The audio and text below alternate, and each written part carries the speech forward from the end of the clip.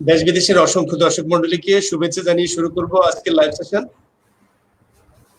তথ্য প্রযুক্তিতে নারী এ বিষয়ে কথা বলবার জন্য ইতিমধ্যে আমাদের নির্ধারিত তিনজন অতিথি আমাদের সাথে যুক্ত হয়েছেন। আমাদের সাথে যুক্ত হয়েছেন এমরাজিনা ইসলাম, সহ প্রতিষ্ঠাতা এমরাজিনা টেকনোলজিস, এবং আমাদের সাথে যুক্ত হয়েছেন আসমা আক্তার রুমি, প্রতিষ্ঠাতা ও সিইও সফটকাস, এবং যুক্ত হয়েছেন Ajanta Rozna Mirza, writers on the blog.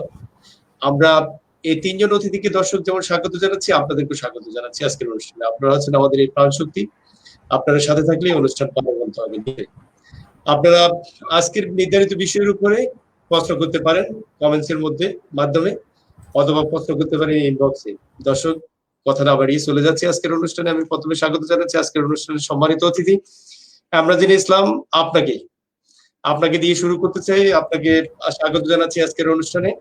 প্রথমে আজকের বিষয়ের উপরে আপনাকে কথা বলবার জন্য আমি অনুরোধ জানাচ্ছি, কি শুরু করলেন এবং কবে থেকে শুরু করলেন আমার এই তথ্য প্রযুক্তির যাত্রা, এ বিষয়ে দর্শকের উদ্দেশ্যে আপনার কাছ থেকে শুনতে চাচ্ছি। আচ্ছা, ধন্যবাদ ভাইয়া আমাকে এখানে অ্যাকচুয়ালি কথা বলার জন্য, ডাকার জন্য, কথা বলতে দেওয়ার জন্য এবং ডাকার জন্য। আমি কাজ করছিলাম 2011 সাল থেকে। তো তখন হচ্ছে একা কাজ করতাম, ফ্রিল্যান্স গ্রাফিক্স ডিজাইনার হিসেবে শুরু করি, এবং আমি শেখা শুরু করি 2010-এর শেষের দিকে একদম। তো শিখতে শিখতেই হচ্ছে বিভিন্ন মার্কেট প্লেস গুলোতে ট্রাই করা। ওই সময় হচ্ছে ওডেস্ক নামে একটা মার্কেট প্লেস ছিল। তো সেখানে আমি অ্যাকচুয়ালি গ্রাফিক্স ডিজাইনের জবগুলো দেখতাম এবং দেখে দেখে নিজে নিজে করার চেষ্টা করতাম। তখন অ্যাকাউন্ট খুলিনি। তো করার চেষ্টা করতাম এবং করে করে এভাবে এরকম হয়েছিল যে মনে হয় 50টা-56টার মতো আইটেম তৈরি করেছিলাম। কেউ হয়তো বলেছে একটা লোগো বানাতে চাচ্ছি, যেখানে একটা বানর থাকবে একটা ঝুড়িতে, ওখানে অনেকগুলো বই থাকবে, এটা একটা স্কুলের জন্য হয়তো লোগো হবে। তো আমি তখন শিখছি, তা আমি ওটা দেখে দেখে নিজে ওরকম একটা লোগো বানিয়ে সবাইকে দেখাতাম যে দেখেন তো এটা কেমন হয়েছে, বা ফ্রেন্ডদেরকে বলতাম দেখতো এটা কেমন হয়েছে। তো ওরা যদি বলতো যে খুব সুন্দর হয়েছে, তারপরে ওটা আমি আমার পোর্টফোলিওতে অ্যাড করতাম আর কি। তো এইভাবে ওই মার্কেট প্লেস গুলোতে বিভিন্ন জব দেখে দেখে ওটার মতো করে নিজে কিছু বানিয়ে এরকম অনেকগুলো আইটেম হয়ে যাওয়ার পর সেগুলো আমি আমার প্রোফাইলে অ্যাড করতে থাকি। তো অ্যাড করতে করতে তারপরে হচ্ছে যেটা হয় যে আস্তে আস্তে তখন একটা সাহস হয় যে না, আমি মনে হয় পারবো। তখন হচ্ছে জবে বিট করি এবং 3 মাস ধরে একদম সফলতার সাথে হচ্ছে সব জব থেকে রিজেক্টেড হতে থাকি, মানে একটাও পাই না। যেটাতেই বিট করি সেটাই পাই না। 3 মাস পরে গিয়ে প্রথম একটা কাজে পাই যে হেমরাজিনা, তোমাকে আমরা এটাতে এই কাজটা দিতে চাচ্ছি এরকম। তো ওই প্রথম কাজটা পাওয়ার পর যেটা হয়েছিল, মানে মাউস দিয়ে যে ওই মেসেজটা খুলে পড়বো, এতই হাত কাঁপছিল যে টেবিল থেকে মাউসই পড়ে গেছে। মানে খুবই নার্ভাস ছিলাম, কারণ 3 মাস ধরে এতগুলা জবে অ্যাপ্লাই করছি, কিছু তো পাই না। তো এরকম অ্যান্সার পাবো এটা ভাবতেই পারি নাই। অ্যান্ড হচ্ছে ওটাই প্রথম কাজ ছিল এবং ওই কাজটা আল্লাহর রহমতে খুব ভালোভাবে করেছিলাম এবং ক্লায়েন্ট হচ্ছে ওটার 3 গুণ বোনাস দিয়েছিল। মানে এত খুশি হয়েছিল কাজটা দিয়ে এবং খুব ভালো ফিডব্যাক দিয়েছিল। এবং ওই উৎসাহতে পরে যেটা হয়েছে যে মনে হচ্ছে না, একটা বাইরের ক্লায়েন্ট সে আমার কাজ দেখে এত খুশি, তাহলে মনে হয় আমাকে দিয়ে হবে, এটা একটা পজিটিভ সাইন। সো তারপরে হচ্ছে রেগুলার কাজ করতে করতে করতে ওই সময় আমি এবার একটা টেলিকমিউনিকেশন কোম্পানিতে কাজ করতাম, কল সেন্টারে আর কি। তো সেটা ছেড়ে দিলাম যখন দেখলাম যে আমার অনেক কাজ আসছে এবং সেটা দিয়ে আমার অনেক ভালো ইনকাম হচ্ছে। তো তখন হচ্ছে পুরোপুরি একদম এবং আমার অনার্স তখনো শেষ হয়নি। তো আমি ওই টেলিকমিউনিকেশন কোম্পানির কাজটা ছেড়ে দিলাম এবং হচ্ছে আমার যে টাইমটা আছে পুরোটাই দিলাম হচ্ছে এই ফ্রিল্যান্সিং এ। এবং আমার মনে হয় ডিসিশনটা পারফেক্ট ছিল, কারণ আমি ওটা ছেড়ে দিয়েছিলাম এবং আমি ওই সময় অনেকগুলো জবের অফারও পাই। একই সাথে আমার যিনি স্যার ছিলেন, যার কাছ থেকে আমি গ্রাফিক্স ডিজাইন শিখেছি যে প্রতিষ্ঠানে, উনি আমাকে একটা চাকরির অফার দিয়েছিলেন, 10,000 টাকা বেতন। তো সেটা ওই সময় ডিনাই করেছিলাম যে না, করব না। তারপরে আরেকটা ভালো একটা এজেন্সিতে আমি ওখানে আমাকে অফার করেছিল 20,000 টাকা বেতন। আমি বলেছি না, করবো না, আমি এর থেকে অনেক ভালো ইনকাম করি বাসাতে কাজ করে। সো ওই ডিসিশন গুলো আমার মনে হয় ভালো ছিল, কারণ ওইদিকে গেলে তখন আমি এখানে আর পুরো টাইমটা দিতে পারতাম না এবং এখানেই তখন দেখা যেত মাসাল্লাহ অনেক অনেক ভালো ইনকাম হতো। এবং অতদিন আমার গ্রাজুয়েশন শেষ হয়ে গেল এবং পুরাপুরি আমি এই কাজে মনোনিবেশ করলাম। কিন্তু হচ্ছে এজেন্সি করার সাহসটা তখনও হয়নি, কারণ বাসাতে আমার পরিবার আসলে খুব একটা সাহস পাচ্ছিল না। আমার মা আর আমি ঢাকায় ছিলাম, আমার বাবা মারা গিয়েছেন 2005-এ। তো এইটা হচ্ছে 2011-র কথা। সো আমার ফ্যামিলি বলছিল যে আমরা দুইটা মেয়ে থাকি বাসাতে, এবং এখানে তুমি বাইরের মানুষ নিয়ে এসে একটা এজেন্সি বানাবা, এবং পেপারে এত খুনের খবর, এত এত সব ব্যাড নিউজ, স্যাড নিউজ, দেখা যাবে কোনদিন আমরা খবর হয়ে গেছি। তো এই জন্য হচ্ছে এটা অ্যালাউড ছিল না, যদিও নিজেদের বাসাতে ছিলাম, বাট ওই বাসাতে অফিস বানানো অ্যালাউড ছিল না। তারপরে বিয়ে করলাম, বিয়ের পরে সমস্যা নাই। তো তখন হচ্ছে একটা ওই ছাদের মধ্যে একটা ঘর ভাড়া নিয়েছিলাম, যে বিল্ডিং এ থাকতাম, ওই একটা রুম দিয়ে আমার শুরু। ওখানে একজনকে যুক্ত করি, সে কিছুদিন কাজ করে। তারপরে পরবর্তীতে একটা ভালো জায়গায় অফিস নিলাম, সেখানে আস্তে আস্তে 1 জন থেকে 5 জন, 6 জন, 8 জন, এভাবে করে এখন আল্লাহর রহমতে আমরা মানে 14 জনের মতো হয়েছি, আমরা কাজ করছি। মাঝখানে আবার বিভিন্ন প্রজেক্ট এসেছিল, আবার মানুষ নেওয়া হয়েছিল, বাট এই তো এখন চলছে এভাবেই। এখন শুধু গ্রাফিক্স ডিজাইন না, এখন ভিডিও এডিটিং এর সার্ভিসও দিচ্ছি, ব্যাক এন্ড অফিস অপারেশনের সার্ভিসও দিচ্ছি। এই তো চলছে। অনেক ধন্যবাদ। যাত্রাটা নিশ্চয়ই ভালো হবে। আমরা আবারও আপনার কাছে আসবো, যুক্ত থাকুন। আপনার বক্তব্যের মধ্যে দিয়ে অনেকগুলো প্রশ্ন হয়ে গেছে, এই বিষয়ে আপনাকে পরবর্তী যে প্রশ্নগুলো আমি করব, এর মধ্যে হচ্ছে কোন বিষয়ে পড়াশোনা করলেন এবং কিভাবে এখানে আসলেন, এই বিষয়ে আপনি প্রস্তুত থাকুন। আপনার কাছে আবারও ফিরে আসবো। আমরা এখন চলে যাব আসমাইকা, তুমি আপনার কাছে। আপনার থেকে একটু শুনি যে আপনি কিভাবে শুরু করলেন, কবে শুরু করলেন। থ্যাংক ইউ ভাইয়া, আপনাকে এত সুন্দর একটা প্ল্যাটফর্মে আমাকে কথা বলার সুযোগ দেওয়ার জন্য। অ্যাকচুয়ালি ভাইয়া আমি এই সেক্টরে মানে কম্পিউটারের প্রতি আমার একটা ঝোঁক ছিল আগে থেকে। তো এই সেক্টরে আমি স্টার্ট করি আমার স্টাডি অবস্থা থেকে 2013 থেকে। প্রথমে আমি লোকাল আপু যেহেতু মার্কেট প্লেসের প্রথমে স্টার্ট করেছিল, বাট আমি শুরু করেছিলাম একটু ডিফারেন্ট, আমি লোকাল মার্কেট দিয়ে স্টার্ট করেছিলাম। তো আমি হচ্ছে সফটওয়্যার ডেভেলপমেন্ট নিয়ে স্টার্ট করেছিলাম। তো প্রথমে আমি লোকাল মার্কেটে যখন কাজ স্টার্ট করি, তখন আমি মোটামুটি একটা বিগ একটা প্রজেক্ট পাওয়ার পরে চিন্তা করলাম যে তাহলে এই সেক্টরটাতে ভালো কিছু করা যাবে। তো আমি ওই প্রজেক্টটা সাকসেসফুলি হ্যান্ড ওভার করতে পারি। করার পরে দেখা যাচ্ছে আর 6 মান্থ আমি আর কোনো প্রজেক্ট পাচ্ছি না, মানে টোটালি 6 মান্থ আর কোনো প্রজেক্ট পাচ্ছি না। আমি কি বাহিরের মার্কেট প্লেসেও আমি অনেক কাজ করতে চেষ্টা করেছিলাম, বাট পাচ্ছি না। তো সেই থেকে আমি তারপরও চেষ্টা করে যাচ্ছিলাম। একটা সময় দেখা যাচ্ছে যে না, আমি প্রচন্ড পরিমাণে কাজ পাচ্ছি, web development and software development. প্রথমে নিজে নিজে শুরু করি, তারপরে রিমোটলি আমি 3 জন লোক নিই। 3 জন লোক নেওয়ার পরে দেখা যাচ্ছে যে আল্লাহর মধ্যে কাজের প্রেশারটা একটু বেড়ে যায়, সেটা আমি পারছি না। তারপর আমি 2015 থেকে আমি অফিসিয়ালি কাজ স্টার্ট করি। 2015 থেকে আমি অফিস নিয়ে আমার একটা ছোট একটা টিম মেম্বার তৈরি করি। এখন পর্যন্ত আমি দেশে এবং দেশের বাইরে কাজ করে যাচ্ছি। আর আমি টোটালি হচ্ছে ডিরেক্টলি কাজ করি আর কি। দেশের বাইরে আমি বর্তমানে 22টা কান্ট্রিতে ডিরেক্টলি কাজ করে যাচ্ছি। আমার কাজ হচ্ছে মূলত software development, web development, apps development sector নিয়ে কাজ করে যাচ্ছি। আর সে থেকে মানে স্টাডি অবস্থা যেহেতু শুরু করছি, তো সে থেকে একটু সমস্যা হচ্ছিল, না এক্সপিরিয়েন্স ছিল না বা কোনো গাইডলাইন তেমন একটা ছিল না। তারপর নিজের চেষ্টা করতে করতে এই পর্যন্ত চলে আসছি, এখন পর্যন্ত করে যাচ্ছি। দেখা যাক সামনের দিকে করে ভালো কিছু করার চিন্তা ভাবনা আছে। দর্শক শক্তি, সামর্থ্য ইত্যাদি যদি থাকে, তাহলে শুধুমাত্র দেশে নয়, দেশের বাইরে গিয়েও কাজ করা যায়। একটু পরে আবারও শুনবেন এইসব গল্প। অবশ্যই আপনারা যুক্ত থাকুন এবং কে কোথা থেকে আমাদের সাথে সংযুক্ত হলেন এই বিষয়টি লিখে জানান। আপনাদের যদি প্রয়োজনীয় প্রশ্ন থাকে সেটিও করতে পারেন। আমরা চলে যাচ্ছি এই পর্যায়ে অজন্তা রেজওয়ানা মির্জা, আপনার কাছে একই প্রশ্নে আমরা থাকবো যে আপনি কিভাবে শুরু করলেন এবং বর্তমানে পরিস্থিতি কি। থ্যাংক ইউ ভাইয়া, থ্যাংক ইউ এভরিওয়ান যারা শুনছে। আমিও শুরু করেছি এখন থেকে প্রায় 7-8 বছর আগে, 2014-তে। তার আগে আমি একটা নন প্রফিটে কাজ করতাম, সেটা পুরো কর্পোরেট অফিস যেমন হয়, আর সকাল 8টা থেকে রাত 9টা 10টা, মাঝে মাঝে 11টা 12টা বেজে যেত, যেটা একটা টাইমের পরে পসিবল হয় না আমার জন্য কন্টিনিউ করা। আমি চাকরিটা ছেড়ে দেই এবং তার কয়েক মাস পরে আমি আমার ফ্রেন্ডের কাছে শুনি আপওয়ার্কের কথা। এমরাজিনা আপুর যেখান থেকে শুরু, আপওয়ার্কে আমার ওখান থেকেই শুরু। তখন কিন্তু এত গাইডলাইন বা এত ইনফরমেশন কোথাও ছিল না, এখন সবাই যতটা পাচ্ছে। আমরা একদম চোখ বন্ধ করেই বলা যে আপওয়ার্কে ঢুকে অ্যাকাউন্ট করে স্যাম্পল পোর্টফোলিও বানিয়ে অ্যাপ্লাই করা শুরু করলাম। আমার ইচ্ছা ছিল লেখালেখি নিয়ে কাজ করা, যদিও এটা আমার ব্যাকগ্রাউন্ড না, আমার ব্যাকগ্রাউন্ড ইকোনমিক্সে ছিল। বাট আমি ছোটবেলা থেকে অনেক বই পড়ি আর টুকটাক লেখালেখির অভ্যাস ছিল। আর আমার খুব ইচ্ছা ছিল এটা নিয়ে কাজ করার।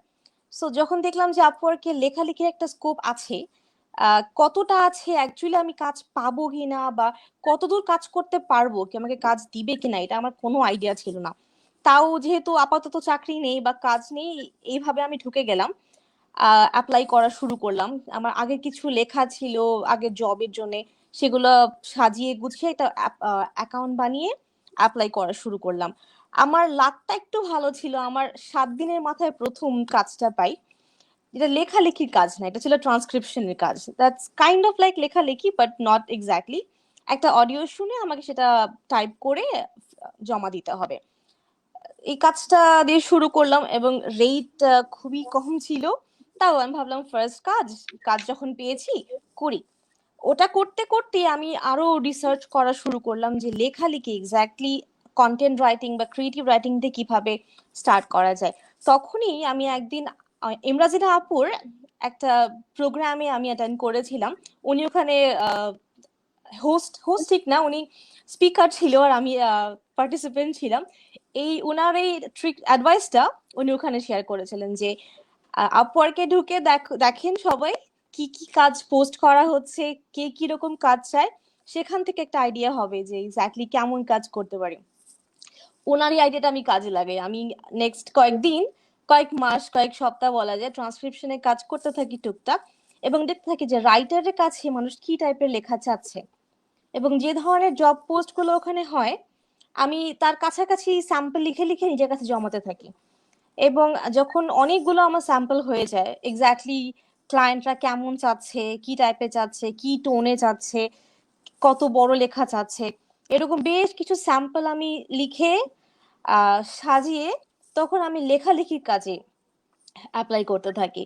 এবং যেহেতু আমার কাছে অনেক স্যাম্পল রেডি ছিল, অনেক পোর্টফোলিও, একটা ভালো পোর্টফোলিও ছিল আমার কাছে, তখন আমি লেখালেখির কাজটা পাওয়া শুরু করি। ফার্স্টে খুব হালকা বা খুব ইজি ধরনের লেখার কাজগুলো আমি পাই, প্রোডাক্ট রিভিউ বা ছোট ছোট আর্টিকেল বা একই টপিকে আর্টিকেল স্পিনিং যেগুলো বলে, একই টপিকে 50টা আর্টিকেল। সেখান থেকে আমি আস্তে আস্তে ব্লগের জন্য লেখা শুরু করি, ওয়েবসাইটের জন্য লেখা শুরু করি, এবং আমার এখন যেটা ফেভারিট ইবুকের কাজ শুরু করি। অ্যামাজন কিন্ডেলে যে ইবুকস গুলা সেল হয় নন ফিকশন, সেলফ হেল্প বা অ্যাডভাইস বা কুক বুকস টাইপের, ওগুলো আমি এখন লেখা শুরু করি। আমি ক্লাস করছি দেশে এবং বাইরে বেশ 10 থেকে 12 জনের সাথে আমি রেগুলার কাজ করতাম আগে, আপাতত কোভিডের কারণে একটু কম আছে কাজ। আর তো 10 থেকে 12 জন ক্লায়েন্টের সাথে আমি রেগুলার কাজ করতাম, মেইনলি ইবুকস নিয়ে, তাদের ব্লগের জন্য লেখা, তাদের জন্য আর্টিকেল, তাদের ব্যবসার জন্য, তাদের বিজনেস জন্য যা যা লাগে, প্রোডাক্ট রিভিউর কাজ, আর্টিকেল রাইটিং, এসবের জন্য। আর আমি এজেন্সি খোলার একটা প্ল্যান আগে থেকেই ছিল। এটা একটু টাফ হয়ে যায় আমার এই ফিল্ডের জন্য, বিকজ রাইটিং খুব পার্সোনাল একটা ব্যাপার। তো একটা ক্লায়েন্ট যখন আমাকে হায়ার করে সে এক্স্যাক্টলি আমার রাইটিং স্টাইলের জন্য হায়ার করে, যেটা আরেকজনকে শেখানো বা আরেকজনের কাছ থেকে পাওয়াটা একটু টাফ হয়ে যায়। তাও আমি ছোট একটা এজেন্সি খুলে কিছুদিন আগে 3-4 জনের সাথে কাজ করেছিলাম, মানে 3-4 জনকে আমি কাজ দিতাম, তারা করতো, জমা দিতাম, বাট মেইনলি আমি একাই কাজ করি। 7-8 বছর এখন হয়ে যাচ্ছে। আমি ধীরে ধীরে আমার কাজের সেক্টরটা বাড়াচ্ছি।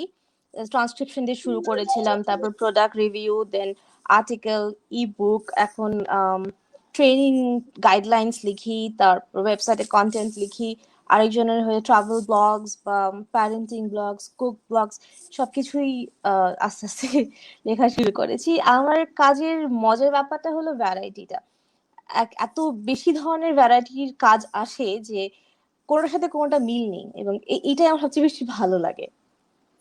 সো কাজ করছি 7-8 বছর হয়ে গিয়েছে, প্রতিদিনই কাজ করি 2-3 ঘন্টা। আর সাথে কিছু রাইটার্স আছে, আমার যে agency writers on the block, তার সাথে অ্যাফিলিয়েটেড। তারা মেইনলি স্টুডেন্টস বা মাত্র পড়াশোনা শেষ করেছে, একটু চাকরি খুঁজছে, বা স্টে অ্যাট হোম মমস যারা আছে, ওনারা কিছু কাজ আমার করে দেয়, বাট মেইনলি আমি একাই কাজ করছি, বাসায় কাজ করছি, এখন অফিস নেওয়া হয়নি। Thank you. অনেক ধন্যবাদ। আবারও আপনার কাছে ফিরে আসবো, আমরা আবারও যাচ্ছি আমরা জেনে ইসলাম আপনার কাছে যে প্রশ্নটি আমার ছিল সেটি হচ্ছে যে আপনি কোন বিষয়ে পড়াশোনা করলেন এবং কোথায় আসলেন, এটি হচ্ছে নাম্বার 1। নাম্বার 2 হচ্ছে যে শুরুটা এবং বর্তমান, এই দুইয়ের মধ্যে আপনি তফাৎটা কি দেখেন? আপনার একটা অফ করা আছে। হ্যাঁ, আচ্ছা, একটা হচ্ছে যে আমি কিসে পড়াশোনা করেছি। আমার খুবই ইচ্ছা ছিল যে কারুকলাতে পড়বো, কিন্তু আসলে আমার ফ্যামিলি সেটা একসেপ্ট করে নাই। আমার ছোটবেলা থেকে ছবি আঁকতে খুব ভালো লাগতো, আমি সরে আগেই ছবি আঁকতে পারতাম।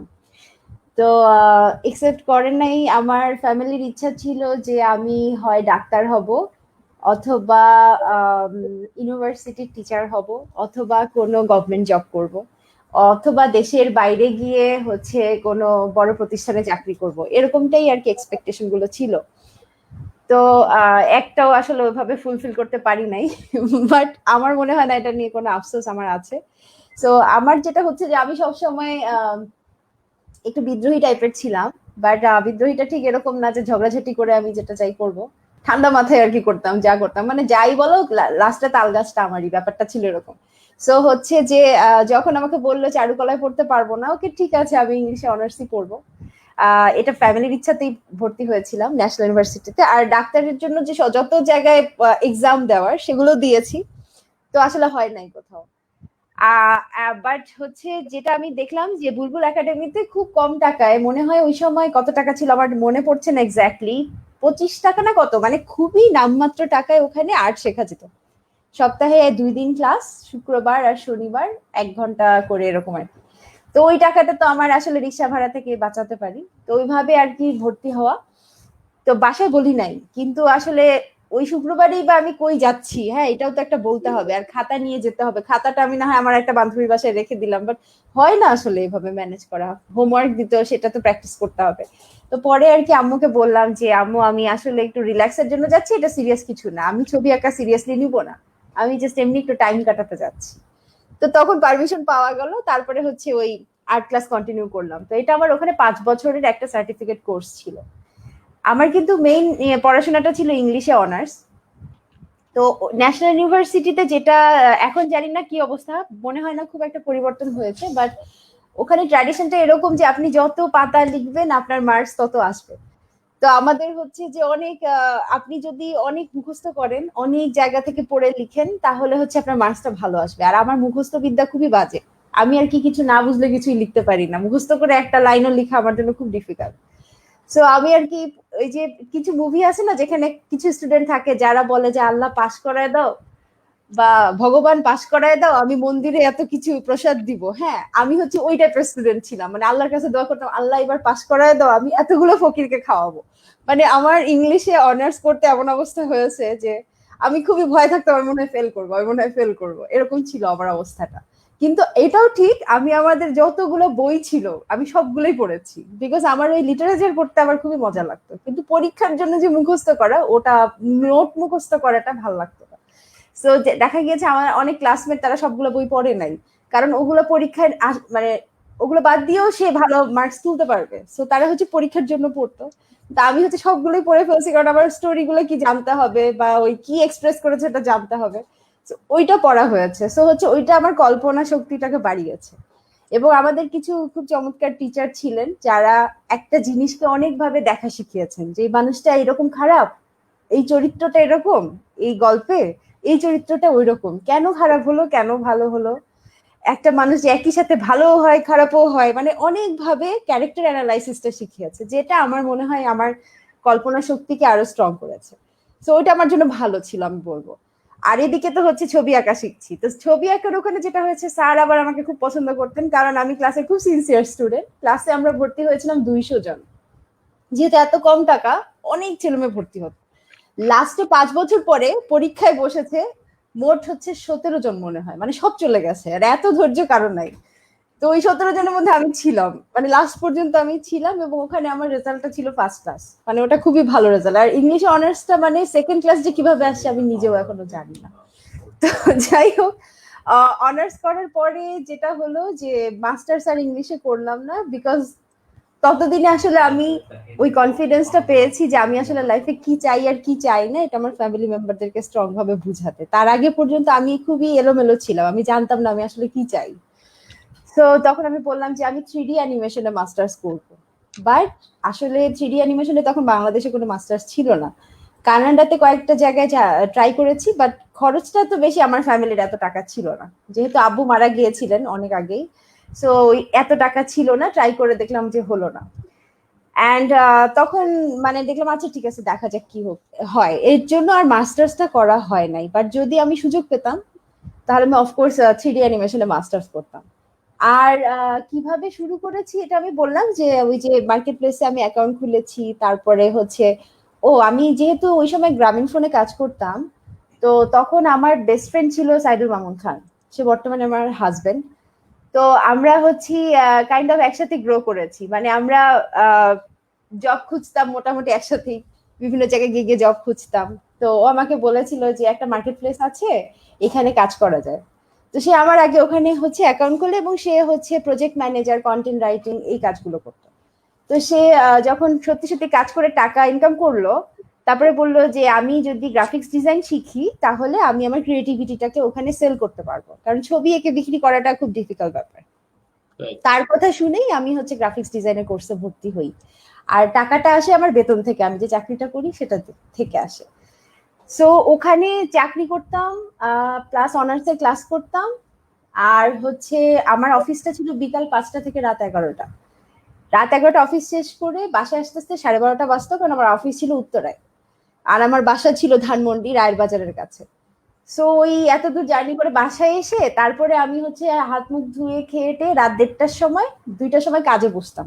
কি কাজ? এই যে ক্লাস যে করি, গ্রাফিক্স ডিজাইন ভর্তি হয়েছি যে ট্রেনিং ইনস্টিটিউটে, ওইটা প্র্যাকটিস। সো প্র্যাকটিস করতে করতে সকাল 7:30 বেজে যেত, মানে ওই সারা রাত বসে বসে প্র্যাকটিস করতাম। এবং দেখা যেত 1 ঘন্টা ঘুমিয়েছি, ঘুমায় তারপরে হচ্ছে দৌড়, ওই আবার ক্লাস শুরু হয়ে যাবে অনার্সের। তো এইভাবে আমার 3 মাস গেছে। 3 মাস এমনও হয়েছে যে আমি অফিসে গিয়ে ওয়াশরুমে গিয়ে ঘুমাই গেছি।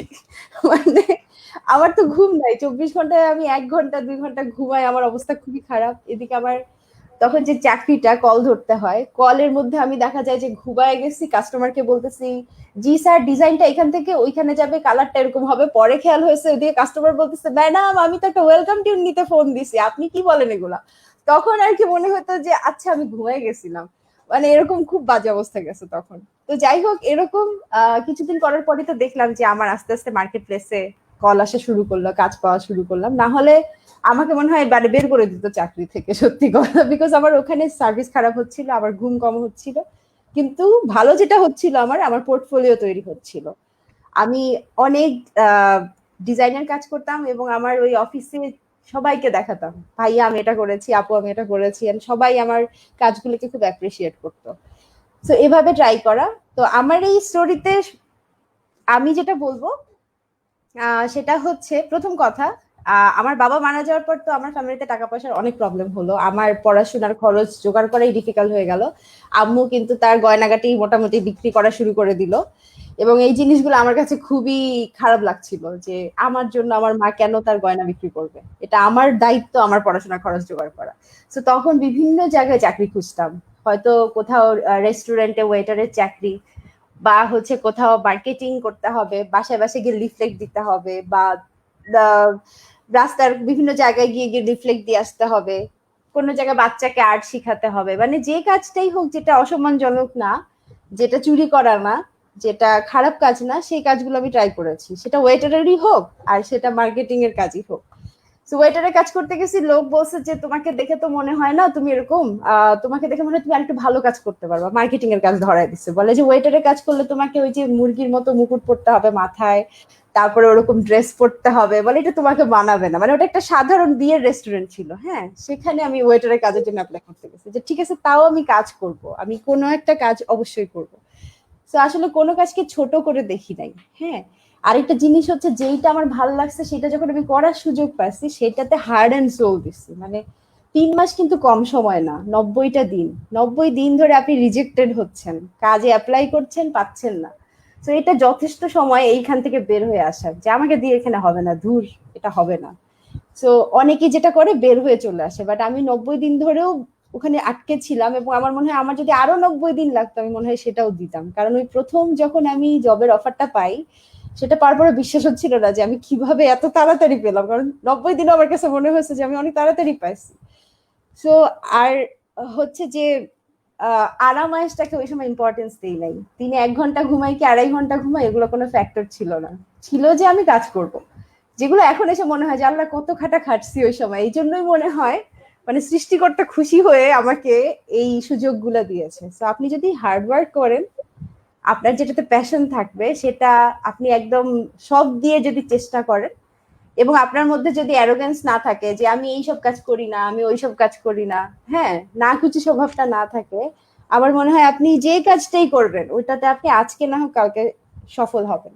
তো আমার রাস্তাটা এটাই ছিল, আমার দর্শনও এটাই ছিল, এবং ওভাবেই আসলে কাজ করছি দেখি মনে হয় আজকে এইটুকু অর্জন করতে পেরেছি।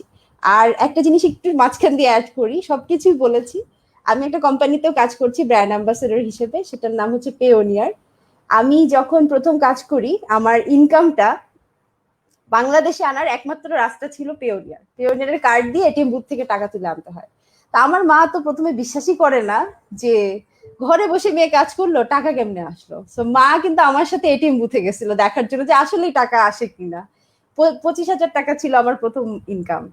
সো ওই সময় হচ্ছে ওই পেওনিয়ার দিয়ে আমি টাকা নিয়ে আসতাম। এবং মজার ব্যাপার হচ্ছে এই কোম্পানিটাই আমাকে ব্র্যান্ড অ্যাম্বাসেডর হওয়ার জন্য অফার করে 2016 সালে, এবং সেই বছর থেকে আমি এখনো তাদের ব্র্যান্ড অ্যাম্বাসেডর হিসেবে দায়িত্ব পালন করছি। সো এইটুকু আর কি, আগে অ্যাড করা হয়নি, এটা অ্যাড করে দিলাম। অনেক ধন্যবাদ, অনেক মজার গল্প শুনলাম। তরুণরা নিশ্চয়ই উদ্বুদ্ধ হবে। আপনার কাছে আবারও ফিরে আসবো, তখন অবশ্যই জানবো যে আমাদের তরুণরা আসলে কাজ বাছাই করে কিন্তু কাজ করে না। এই বিষয়ে আপনার কাছ থেকে আমরা অবশ্যই শুনবো একটু পরে। আমরা তাহলে এই পর্যায়ে একটু আসমা আক্তার আপনার কাছে আসি, যে আপনার যে শুরুটা যেমন ছিল এবং বর্তমান, এই দুইয়ের মধ্যে আপনি কোন কোন জায়গায় তফাৎ দেখেন এবং কেন? ধন্যবাদ ভাইয়া। আমার শুরুটা অ্যাকচুয়ালি যে আপু যেমন বললো না, একটু ছিল, দর্শী টাইপের ছিল। আমি একজন মানে আমি ছিলাম একটু মানে একঘেয়া টাইপের, মানে আমি যেটা বলবো সেটাই করব। তো পড়াশোনার ক্ষেত্রেও সেম। আমার আব্বু আম্মু বলছে যে না ডাক্তারিতে পড়ার জন্য, আমি বলছি না আমি ইঞ্জিনিয়ারিং করবো, আমি কম্পিউটার নিয়ে পড়বো। কারণ ছোটবেলা থেকে আমার একটু কম্পিউটার নিয়ে খুব করার, কম্পিউটার প্রতি একটা ঝোঁক ছিল একটু বেশি। মানে আমি কম্পিউটারে কিছু একটা করবো, বাট কি করবো সেটা জানতাম না, বাট কিছু একটা করবো কম্পিউটারে। তখন আমি একঘেয়েমি কারণে আমি কম্পিউটার নিয়ে পড়াশোনা করি, এবং সেটা আমি তখন স্টাডি শুরু করি। স্টাডির শুরুতে আপনার সেকেন্ড সেমিস্টার থেকে আমি চিন্তা করি না আমি কিছু একটা করব। তখন আমি ইমরাজিন আপুর একটা প্রোগ্রামে গিয়েছিলাম, একটা তখন 2013-এ একটা প্রোগ্রাম হয়েছিল। তো ওই আপু একটা স্পিচ বলছিল যে উনি ইন্টারন্যাশনাল মার্কেট প্লেসে কাজ করছে, এখন খুব ভালো একটা পজিশনে আছে। তখন থেকে ওইখান থেকে আমি খুব ইন্সপায়ার হলাম যে না, মেয়েরাও আইটিতে ভালো করতে পারছে। তো সেখান থেকে আমি চিন্তা করলাম না আমি কিছু একটা করতে পারবো ইনশাল্লাহ। তো সেই লক্ষ্য থেকে আমি যেহেতু আমার মার্কেট প্লেসের মধ্যে তেমন একটা আইডিয়া ছিল না, কারণ আমি একদম ফার্স্ট সেকেন্ড সেমিস্টার থেকে আমি কাজ শুরু করি। দ্যাটস হচ্ছে আমার তেমন একটা আইডিয়া ছিল না, বা কোথায় কি করব মানে কোনো এক্সপিরিয়েন্সই ছিল না। বাট আমি তখন প্রোগ্রামিং নিয়ে কাজ শুরু করি। আমি প্রোগ্রামিং ল্যাঙ্গুয়েজটা নিয়ে ওয়েব ডেভেলপমেন্টে কাজ স্টার্ট করি। তখন আমি চিন্তা করলাম যে আমার আশেপাশে যদি আমি কিছু একটা করতে পারি বা কোনো একটা প্রজেক্ট নিতে পারি, নেওয়ার পরে দেন হচ্ছে আমি এটা ডেভেলপ করে দেওয়ার পরে দেখা যাক কি হয়। ওই লক্ষ্য থেকে আমি লোকাল মার্কেটে কাজ স্টার্ট করি। ইনশাল্লাহ আমি মানে কাজ শুরু করার 1 মান্থের মধ্যে আমি একটা প্রজেক্ট পাই। সেটা আমার বিগ প্রজেক্ট। আমার প্রথম প্রজেক্ট ছিল 1,30,000 টাকার একটা সফটওয়্যার ডেভেলপমেন্টের একটা প্রজেক্ট পাইলাম। তো ওইখান থেকে খুব ইন্সপায়ার হলাম, না এই সেক্টরে আমি কিছু করতে পারবো। তো ওইটা সাকসেসফুলি আমি ডেলিভার করি, এমনকি খুব ভালোভাবে এটাতে মানে প্রচন্ড পরিমাণ ইফোর্ট দিতে হচ্ছে। এমনও সময় গেছে যে আমি সকালবেলা কম্পিউটারে বসছি, রাত 3টা বেজে গেছে, মাঝখানে শুধু খাওয়াটা, বলতেই পারবো না কখন কোন দিক দিয়ে টাইম চলে গেছে। ওইভাবে আমি কাজ করে যাচ্ছিলাম। ওই প্রজেক্টটা দেওয়ার জন্য অনেক কষ্ট করেছি, যেহেতু নিউ অ্যাজ এ নিউ হিসাবে একদম অনেক কষ্ট করেছি প্রজেক্টটা দেওয়ার জন্য। তারপর আমি প্রজেক্টটা দেওয়ার পরে 6 মান্থ আর কোনো কাজ পাচ্ছি না। তখন ফ্যামিলি থেকে বললো যে এগুলা কি শুরু করছি, এগুলা ঠিক না, এগুলা ভালো হবে না, যেহেতু একটা প্রজেক্ট দিলাম আর কোনো কাজ পাচ্ছি না। তখন বলছে যে পড়াশোনা ভালোভাবে করার জন্য এগুলো বাদ দিয়ে হচ্ছে যদি পারি পার্ট টাইম কোনো জব করার জন্য, বাট আমি একটু জব করব না, কারণ আমি নিজে কিছু করব, এটা আমি একটু একঘেয়েমি ছিলাম, দ্যাটস ওয়াই হচ্ছে আমি জব করব না, আমি এটাতেই থাকবো, আমি এটাতে কি করা যায় আমি সেটাই দেখবো, মানে যত কষ্টই হোক আমি এটাতেই লেগে থাকবো। তখন আমি 6 মান্থ কোনো প্রজেক্ট পাচ্ছি না, তখন ভাবলাম যে আমি ইন্টারন্যাশনালি কাজ করব, বাট আপওয়ার্ক বা ওডেক্স এইগুলোর সম্বন্ধে আমার তেমন কোনো আইডিয়া ছিল না তখন। হ্যাঁ, আমি জাস্ট কাজই শিখে যাচ্ছিলাম, বা কোথায় থেকে কাজ আনতে হয় কিভাবে করতে হয় সেটা কোনো আইডিয়া ছিল না।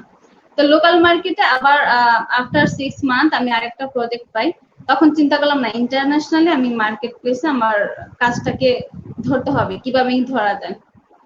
তো সেই থেকে আমি আপওয়ার্কে একটা অ্যাকাউন্ট খুলি, বাট ওইখানে আমি কোনো কাজ পাচ্ছি না, আর ওইখানে প্রজেক্ট গুলো দেখা যাচ্ছে যে খুব ক্রিটিক্যাল, যেহেতু আমি নিউ ছিলাম, তো অ্যাজ এ নিউ হিসাবে আমি খুব ক্রিটিক্যাল প্রজেক্ট দেখি।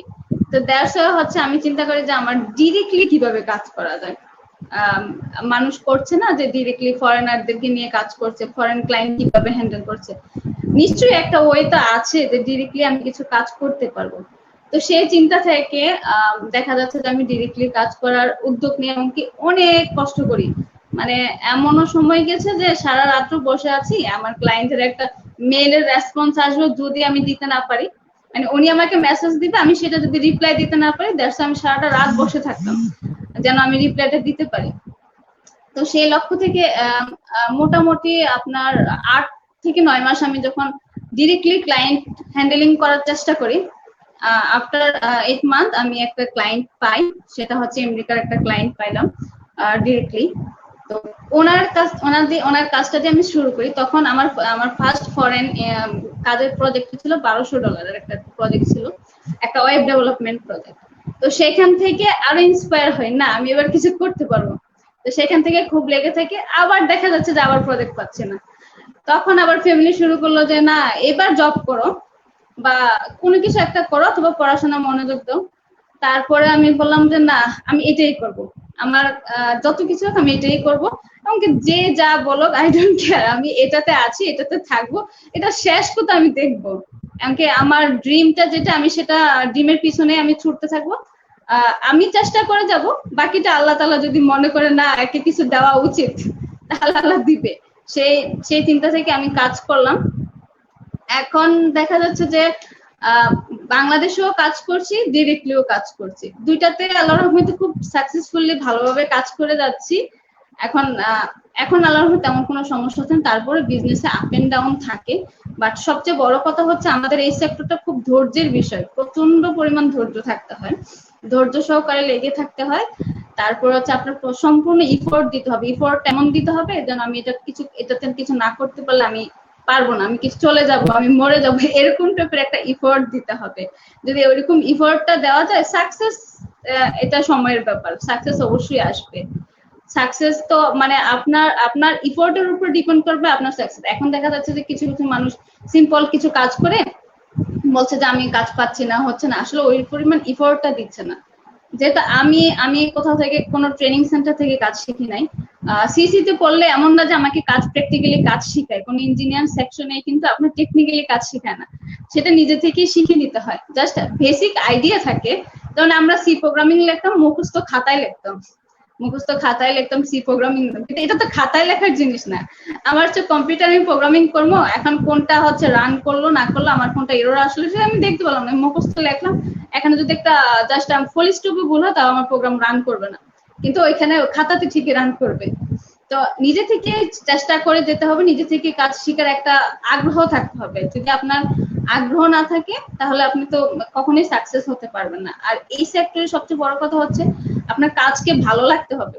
ওই যে আমি একজন আপনার 5 লাখ টাকা মাসে ইনকাম করছে, আমি ওইটাতে করব, ওইভাবে এই সেক্টরে কাজ করা যাবে না। আপনার কাজকে ভালোবাসতে হবে, কাজকে যদি ভালোবাসেন, ধৈর্য সহকারে লেগে থাকে, তাহলে দেখা যাচ্ছে খুব ভালো কাজ করা যাবে। আর এখন তো অনেক রিসোর্স আছে, আমার যখন এজ 2013 থেকে আমি সেকেন্ড সেমিস্টারে ছিলাম, তখন থেকে আমি যখন কাজ শুরু করি, এখন দেখা যাচ্ছে আমার সে এইজের ছেলেমেয়েরা দেখা যাচ্ছে অনেক কিছু পাচ্ছে, অনেক আপডেট, আমাদের থেকে অনেক আপডেট, এখন অনেক মানে এখন সার্চ করলে অনেক কিছু পাওয়া যায়। তখন সার্চ করব কিভাবে সেটাই তো জানতাম না, সেটাই তেমন একটা মানে বোঝার কোনো ছিল না, স্কোপই ছিল না। আর সবচেয়ে বড় কথা হচ্ছে আপনার হচ্ছে লেগে থাকতে হবে, ধৈর্য সহকারে কাজ করে যেতে হবে, এবং আমাদের সেক্টরে যেটা মেইন ফোকাস হচ্ছে আপনার নিজের স্কিলটাকে ডেভেলপমেন্ট করতে হবে। আপনার নিজের স্কিল যদি ডেভেলপমেন্ট ভালো না থাকে তাহলে আপনি এই সেক্টরে টিকা খুবই খুবই কষ্টকর, মানে পসিবল না এই সেক্টরে টিকা। নিজের ওন স্কিল না থাকলে আপনি আপনার টিম মেম্বারকে কিভাবে হ্যান্ডেল করবেন, আপনার আপনি যার থেকে প্রজেক্ট নিচ্ছেন তাকে কিভাবে হ্যান্ডেল করবেন। এটা এমন না যে মার্কেটিং এর কিছু কথা আমাকে মুখস্থ করিয়ে দিল, সেটা আমি ক্লায়েন্টকে বললাম, ক্লায়েন্ট আমাকে প্রজেক্ট দিল। ক্লায়েন্ট জাস্ট বলবে আমাকে একটা সফটওয়্যার দিতে হবে। এখন কি সফটওয়্যার? সিম্পল, আমার এইচআর একটা সফটওয়্যার দিতে হবে। এখন এটা কি মডিউল থাকবে কি না থাকবে সেটা কিন্তু ক্লায়েন্ট জানে না, এমনকি সেটা কোনো মার্কেটিং এর লোকও কিন্তু বলতে পারবে না। যদি আপনার নিজের স্কিল থাকে সেটা আপনি ফাংশনাল বিষয় দিয়ে আপনি ক্লায়েন্টকে কনভিন্স করে দেন আপনি প্রজেক্ট নিতে পারবেন, নিজে করতে পারবেন। সেই প্রজেক্টটা আপনার টিম মেম্বারকে বুঝিয়ে দিতে হবে এবং সেটা আপনি সঠিকভাবে কাজটা উঠেই নিতে হবে যদি আপনার টাইম না থাকে। যেমন আমার এখন বর্তমানে যে পজিশনে আছি আল্লাহর রহমতে, এখন দেখা যাচ্ছে আমি কাজ করার তেমন একটা টাইম পাই না। আমার হচ্ছে আপনার জাস্ট আমি প্রজেক্ট গুলো নিয়ে আমি টিম মেম্বারকে বুঝিয়ে দিতে হয়। তো ওই সিস্টেম গুলো যদি আমার নিজের স্কিল না থাকে আমি কিন্তু পারবো না। তো স্কিলটাকে ডেভেলপ করতে হবে, আমাকে ধৈর্য সহকারে কাজ করতে হবে, সম্পূর্ণ এফোর্ট দিতে হবে, তাহলে এই সেক্টরে খুব ভালো করা যায়। খুব মানে ভালো আইটি সেক্টরটা হচ্ছে ইজ এ বিগ সেক্টর। এটাতে এতগুলা সেক্টর আছে যে মানে মানুষ যদি কাজ করতে চায়, কি এফোর্ট দেয়, অন্যান্য সেক্টরও ভালো, তারপর এটাতে হচ্ছে ঘরে বসে ইনকাম করা যায়। সবচেয়ে বড় কথা হচ্ছে এটা। আমার আব্বু মাঝে মধ্যে বলে যে কিভাবে ইনকাম করে, মানে আমার আব্বু, আমি যখন কম্পিউটারে কাজ করি আমাকে আমার আব্বু বসে থাকে দেখে যে কিভাবে এখন একটু তুমি ইয়ে করলা হয়ে গেল, আমাকে হ্যাঁ হয়ে গেল, টাকা চলে আসছে। মানে জাস্ট বিশ্বাস করতে পারছে না, এত ইজি হয়ে গেছে দুনিয়াটা। মানে আমার আব্বু বলে, আমার আম্মু বলে, এভাবে দেখে দেখে দেখে বলে যে এত ইজি হয়ে গেছে, কিভাবে পসিবল এগুলো। তো ওইটা আর কি, সম্পূর্ণ ভোট দিলে এটাতে কাজ করা সম্ভব। আর আমাদের আপু, ইংরেজিনা আপু হচ্ছে আমাদের হচ্ছে ইন্সপায়ার। আপু মানে এত সাকসেস, এত এত সাকসেসফুলি সবকিছু করছে যার মাধ্যমে হচ্ছে অনেক মেয়েরা আপুকে দেখে ইন্সপায়ার হয়। এভাবে দেখে দেখে দেখে বলা যাচ্ছে কিভাবে পসিবল। রাইট। আবারও আপনার কাছে ফিরে আসবো, আমরা এই পর্যায়ে একটু যাবো আপনার কাছে, যে আমি আপনার কাছে যে প্রশ্নটি করতে চাই সেটি হচ্ছে যে এই সেক্টরে মূলত সীমাবদ্ধতার কিছু কিছু জায়গা উঠে এসেছে আমাদের পূর্ববর্তী দুইজন অতিথির কাছ থেকে। আপনার কাছ থেকে একটু বিস্তারিত শুনতে চাই যে এখানে সীমাবদ্ধতা জায়গাগুলো কোথায়। সীমাবদ্ধতা, আমার কাজের সীমাবদ্ধতা এটাই যে as a non native speaker আমার কাজের রেট এবং আমেরিকাতে বা ইউরোপে থাকা একজন রাইটারের কাজের রেট সেম হয় না। এই প্রবলেমটা আমার ফার্স্টে অনেক ফেস করতে হয়েছে। আমি যতই ভালো ইংলিশ লিখতে পারি বা আমার যদি অ্যাকসেন্টও ওরকম হয়, তারপরও আমি বাংলাদেশে থাকি, I am a non native speaker. So বাইরের ক্লায়েন্ট যদি বিশ্বাসও করে যে আমার রাইটিং স্কিল ভালো, আমার রেটটা ইনিশিয়ালি অনেক কম। প্রথম দিকে আমি যে কাজ $5 করেছি, দেখা যায় ইউএস এর একজন রাইটার সেটা $75 বা $60 বা ইভেন $100ও করবে। তো এই প্রবলেমটা আমাকে প্রথম দিকে অনেক ফেস করতে হয়েছে অ্যাজ আ নিউ কামার। আমি সারা রাত ধরে যে কাজটা করেছি, যে টাকাটা, যে ডলারটা আমি পেয়েছি সারা রাতের কাজের জন্য, সেটা আস্তে আস্তে আমাকে বাড়াতে বাড়াতে বাড়াতে এখন বাড়াতে বাড়াতে আমি এখন এই পর্যায়ে আসতে পেরেছি যে আমি একটা ইউএস এর রাইটারের সমান সমান না হলেও কাছাকাছি যেতে পেরেছি। প্রথমে সারা রাত কাজ করে যদি আমি $5 মতো একটা অ্যামাউন্ট আর্ন করতাম, সেটা এখন 7-8 বছরের কাজ, 7-8 বছরের পোর্টফোলিও এক্সপিরিয়েন্স আর স্কিলের পরে হয়তো আমি সেটা $75 বা $80 পাচ্ছি। সেটা আমি হয়তো 5 মিনিটে ওই অ্যামাউন্টটা আর্ন করতে পারছি। তো এই কাজটা, এই 7-8 বছরের স্ট্রাগলটা সম্ভব হয়েছে আমার নিজেকে আস্তে আস্তে ডেভেলপ করার থ্রুতে।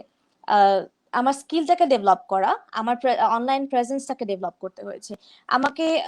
জাস্ট ক্লায়েন্টকে শুধু বললেই হবে না যে আমি কাজ পারি, আমি তোমার ইউএস এ রাইটারের মতোই কাজটা করে দেবো, বা এসব বলেন লাভ হবে না। তাকে আমার দেখাতে হবে যে এক্স্যাক্টলি আমি কাজটা পারি এবং আমার লেখার স্টাইলটা কতটা ডেভেলপ বা কতটা অ্যাডভান্সড। আমাকে প্রচুর পরিমাণে পোর্টফোলিও স্যাম্পল রেডি রাখতে হয় ক্লায়েন্টকে দেখানোর জন্য। আমার প্রচুর রিসার্চ করতে হয়, প্রচুর রকম পড়তে হয়, যাতে ক্লায়েন্ট যখন বলে আমার ওই টাইপের লেখা লাগবে, যাতে আমি সঙ্গে সঙ্গে ব্যাপারটা বুঝতে পারি সে কি চাচ্ছে, কেমন চাচ্ছে, আমি যাতে তাকে ওভাবেই অ্যান্সারটা দিতে পারি যে আমি পারবো, বিকজ আমি এটা এটা করেছি আগে। যেটা হলো যে আস্তে আস্তে নিজেকে ডেভেলপ করতে হবে, স্কিল বাড়াতে হবে। আমি 7 বছর আগে ট্রান্সক্রিপশন দিয়ে শুরু করেছি, আমি এখন এসে শুধু ট্রান্সক্রিপশন যদি পারি তাহলে হবে না, আমাকে আস্তে আস্তে সেটা বাড়াতে হবে। ট্রান্সক্রিপশন থেকে আর্টিকেল, তারপর আর্টিকেল স্পিনিং বা আর্টিকেল রাইটিং, দেন ব্লগ রাইটিং, এভাবে আহ, নিজেকে অ্যাডভান্স করতে হবে, ডেভেলপ করতে হবে, নিজেকে এমন একটা পর্যায়ে নিয়ে আসতে হবে নিজের স্কিলকে, যে বাইরের যে কোনো রাইটারের সাথে, সে যে দেশেরই হোক না কেন, আমি কম্পিট করতে পারি। ইভেন যেসব জবে, অনেক জবে কিন্তু লেখা থাকে যে এশিয়া থেকে, বা একদম মেনশন করা থাকে যে বাংলাদেশ থেকে, ইন্ডিয়া থেকে, পাকিস্তান থেকে অ্যাপ্লাই করবেন না, আমরা হায়ার করব না। সেসব জবে যদি আমি কখনো অ্যাপ্লাই করে হায়ার হই, ওখানে রেটটা ইজ ইররেলেভেন্ট, বাট ওইরকম জবে যখন অ্যাপ্লাই করে হায়ার হই, it's a point of personal pride to me, যে ক্লায়েন্ট না করা সত্ত্বেও, ক্লায়েন্ট না চাওয়া সত্ত্বেও আমি সেখানে সব সীমাবদ্ধতা ওভারকাম করে সেই কাজটা আমি পেয়েছি। সীমাবদ্ধতার মধ্যে এটাই, নেটের প্রবলেম বা ওইসব নিয়ে কিছু বলবো না, টাকা আনার ব্যাপারেও আমি কোনো প্রবলেম ফেস করছি না। ইমরাজিন আপু আছে পেওনিয়ার নিয়ে, ওনাকে বললেই সব প্রবলেম সলভ হয়ে যায়। টাকা আনাটা কোনো প্রবলেম না, নেট একটু ব্যাকআপ থাকলেও কোনো প্রবলেম না। আর কোনো প্রবলেম তেমন ফেস করি না, আপুরা কি ফেস করে জানি না। আমার ফ্যামিলি থেকেও প্রচুর সাপোর্ট। আমার টেকনিক্যাল কোনো ইয়া নেই, আমার কোনো এই আমার ব্যাকগ্রাউন্ড এই সাবজেক্টে না, আমি সাবজেক্টে পড়াশোনা করিনি। এটা জাস্ট আমার প্রাইভেট প্যাশন থেকে, আমার ছোটবেলা থেকে বই পড়া বা পড়াশোনার বা লেখার ইচ্ছা ছিল, প্যাশন ছিল, দেখে আমি এই কাজে এসেছি। সেটাতেই আমি বাড়ছি। আমি ইংলিশে পড়েছি, না অনার্স মাস্টার্স করেছি, না আমার কোনো কোনো ট্রেনিং আছে, না কোথাও শিখেছি। জাস্ট নিজের কাছে ভালো লাগে। I am really excited to do this work. আমার লেখালেখি আমার পুরো প্যাশনের মধ্যে পড়ে। সো এই কাজটা আমি প্রচন্ড রকম ইন্টারেস্ট পাই, সেখান থেকে আমি কাজ করে যাচ্ছি। প্রতিদিন নতুন নতুন করে টপিকে লিখতে পারবো, প্রতিদিন নতুন কিছু শিখতে পারবো। আজকে ট্রেনিং এর জন্য একটা টপিকের জন্য ট্রেনিং গাইডলাইন দিচ্ছে, যে টপিকটা নিয়ে আমার কোনো আইডিয়া ছিল না। আগামীকাল আরেকজনের বায়োগ্রাফি লিখছি, উইকিপিডিয়ার পেজ ক্রিয়েট করছি, বা কোন একটা নতুন টপিকে আর্টিকেল লিখছি, ইবুক লিখছি। এগুলো হলো মজার ব্যাপার। সীমাবদ্ধতা যদি মেনশন করে দিন তাহলে দিতে ভালো হতো, এক্স্যাক্টলি কোন সীমাবদ্ধতা। আবারও আসবো ফিরে আপনার কাছে। আমরা এখন আবারও যাচ্ছি আমাদের আরেকজন অতিথি ইমরাজিনা ইসলাম আপনার কাছে। আপনার কাছে আমার প্রথম দিকে একটি প্রশ্ন ছিল, এর সাথে সংযুক্ত হবে আরেকটি প্রশ্ন। সেই প্রশ্নটি হচ্ছে, তথ্য প্রযুক্তির সম্ভাবনা কি দেখেন আপনি, বিশেষত আমাদের বাংলাদেশে? আচ্ছা, তথ্য প্রযুক্তির সম্ভাবনা হচ্ছে, এটা ছাড়া কোনো সম্ভাবনাই দেখি না আমি। বিকজ হচ্ছে এখন তো আমার মনে হয় যে আপনি যদি কৃষি কাজও করেন সেটার সাথেও তথ্য প্রযুক্তি কানেক্টেড। বিকজ এখন হচ্ছে এই যে কোভিড-19 ওয়ার্ল্ডে ম্যাক্সিমাম জিনিস কিন্তু মানুষ বাসা থেকে অর্ডার করছে। হ্যাঁ, অনেকে সরাসরি মার্কেটে যাচ্ছে, বাট দেখেন আপনি অনেকে মাছ একখান থেকে ধরে আরেকখানে বিক্রি করছে। হ্যাঁ, একখানের সরিষার তেল আরেকখানে চলে যাচ্ছে। সো এগুলো কিন্তু বিজনেস হচ্ছে, ছোট বড় যে যেমনই বলুক। হ্যাঁ, অনেকে এগুলো নিয়ে মক করছে, বাট আমি বলবো মানুষ তার ওয়ে খুঁজে নিচ্ছে ইনকামের। হ্যাঁ, এবং যখন আপনি একটা প্রোডাক্ট বানাচ্ছেন, আগে দোকান টোকান দিয়ে বিশাল ইন্টেরিয়র করে লোক হায়ার করে, মানে হুলস্থুল অবস্থা, তারপরেও দেখা যেত যে কাস্টমার আসে না। অথচ এখন যাদের এরকম হুলস্থুল অবস্থার দোকান আছে, তারাও কিন্তু একটা ফেসবুকে পেজ মেনটেন করার চেষ্টা করে, এবং তারাও চেষ্টা করে যে তাদের প্রোডাক্টের মার্কেটিংটা করার। এবং এটা করার জন্য কি দরকার হচ্ছে, তাদের অবশ্যই একজন এমন ম্যানেজার দরকার হচ্ছে যে ওই পেজটা মেনটেন করবে, যে রেগুলার পোস্ট দিবে। একজন ফটোগ্রাফার দরকার হচ্ছে যে তাদের প্রোডাক্টের ছবি তুলছে, আরেকজন সেটা এডিট করছে, আরেকজন হচ্ছে সেটা হচ্ছে চিন্তা করছে যে আমরা এই মাসে কিরকম ভাবে অফার দিলে কাস্টমার বাড়বে। সো মার্কেটিং এর অনেক প্ল্যানিং হচ্ছে, এবং পুরো জিনিসটাই কিভাবে হচ্ছে, এই অনলাইনে হচ্ছে। সো মানে এই বিষয়গুলো ছাড়া এখনকার দিনে বিজনেস কল্পনা করা যায় না। এবং আমার মনে হয় কি, বাংলাদেশে কৃষকরাও একসময় তাদের পেজ খুলবে যে আমি অমুক অমুক অমুক ধানের চাষ করি এবং অত তারিখে ডেলিভারি দিতে পারবো। এবং আই গেস এটা যেদিন হবে সেদিন আসলে কেউ গ্রাম থেকে শহরে আসবে না, সবাই যারা যেখানে আছেন ওখানেই থাকবেন এবং ওই জায়গাটাতেই আরো অনেক গ্রোথ হবে।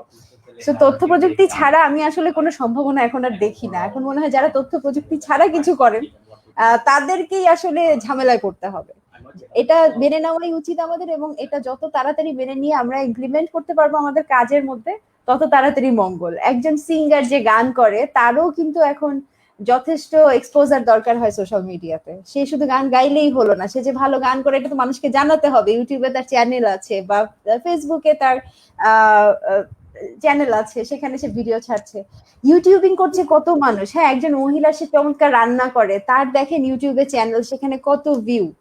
সো এবং একজনকে অবশ্যই তাকে হেল্প করতে হচ্ছে, সে একাই কিন্তু সব করে না, একাই ভিডিও করে একাই রান্না করছে তা না, একজন ক্যামেরার পিছনে থাকে, একজন সেটা এডিট করছে, একজন আপলোড করছে। সো দেখেন কোথায় প্রযুক্তি নাই।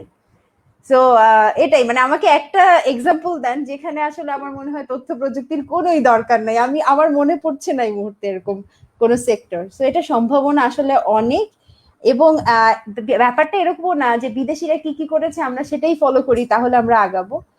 আমাদের দেশের মানুষ অনেক কিছু জানে যেটা অনেক দেশে অনেকে করে না, এবং এইটার সাথে যখন তথ্য প্রযুক্তি কানেক্ট করবে তখন ওইটা দিয়েও কিন্তু অনেক ভালো ইনকাম করা যাবে।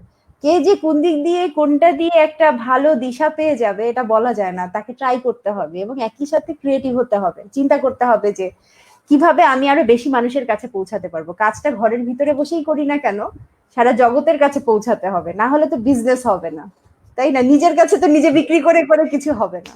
সো এটাই, তথ্য প্রযুক্তি সম্ভাবনা অপার অগাধ, এবং এটা মাথায় রেখেই সবকিছু প্ল্যান করা উচিত আমার মনে হয়। প্রথম দিকে আপনার কাছে আমার একটি প্রশ্ন ছিল, আপনার কাছ থেকে ফিরে যাওয়ার পরে সেই প্রশ্নটি হচ্ছে যে আমাদের তরুণেরা, এখানে আপনি বললেন যে কাজকে ছোট করে দেখার কোনো সুযোগ নেই, সমস্ত কাজগুলোকে যদি নৈতিক হয় তাহলে রিসিভ করবার জন্য।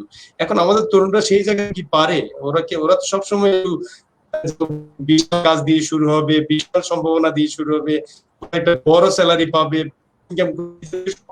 তাদের কাছে মস্ত বড় জায়গা হয়ে ওঠে, ছোট কাজগুলো তারা করতে চায় না। তাহলে এই জায়গায় আপনি তরুণদের জন্য কি বলবেন?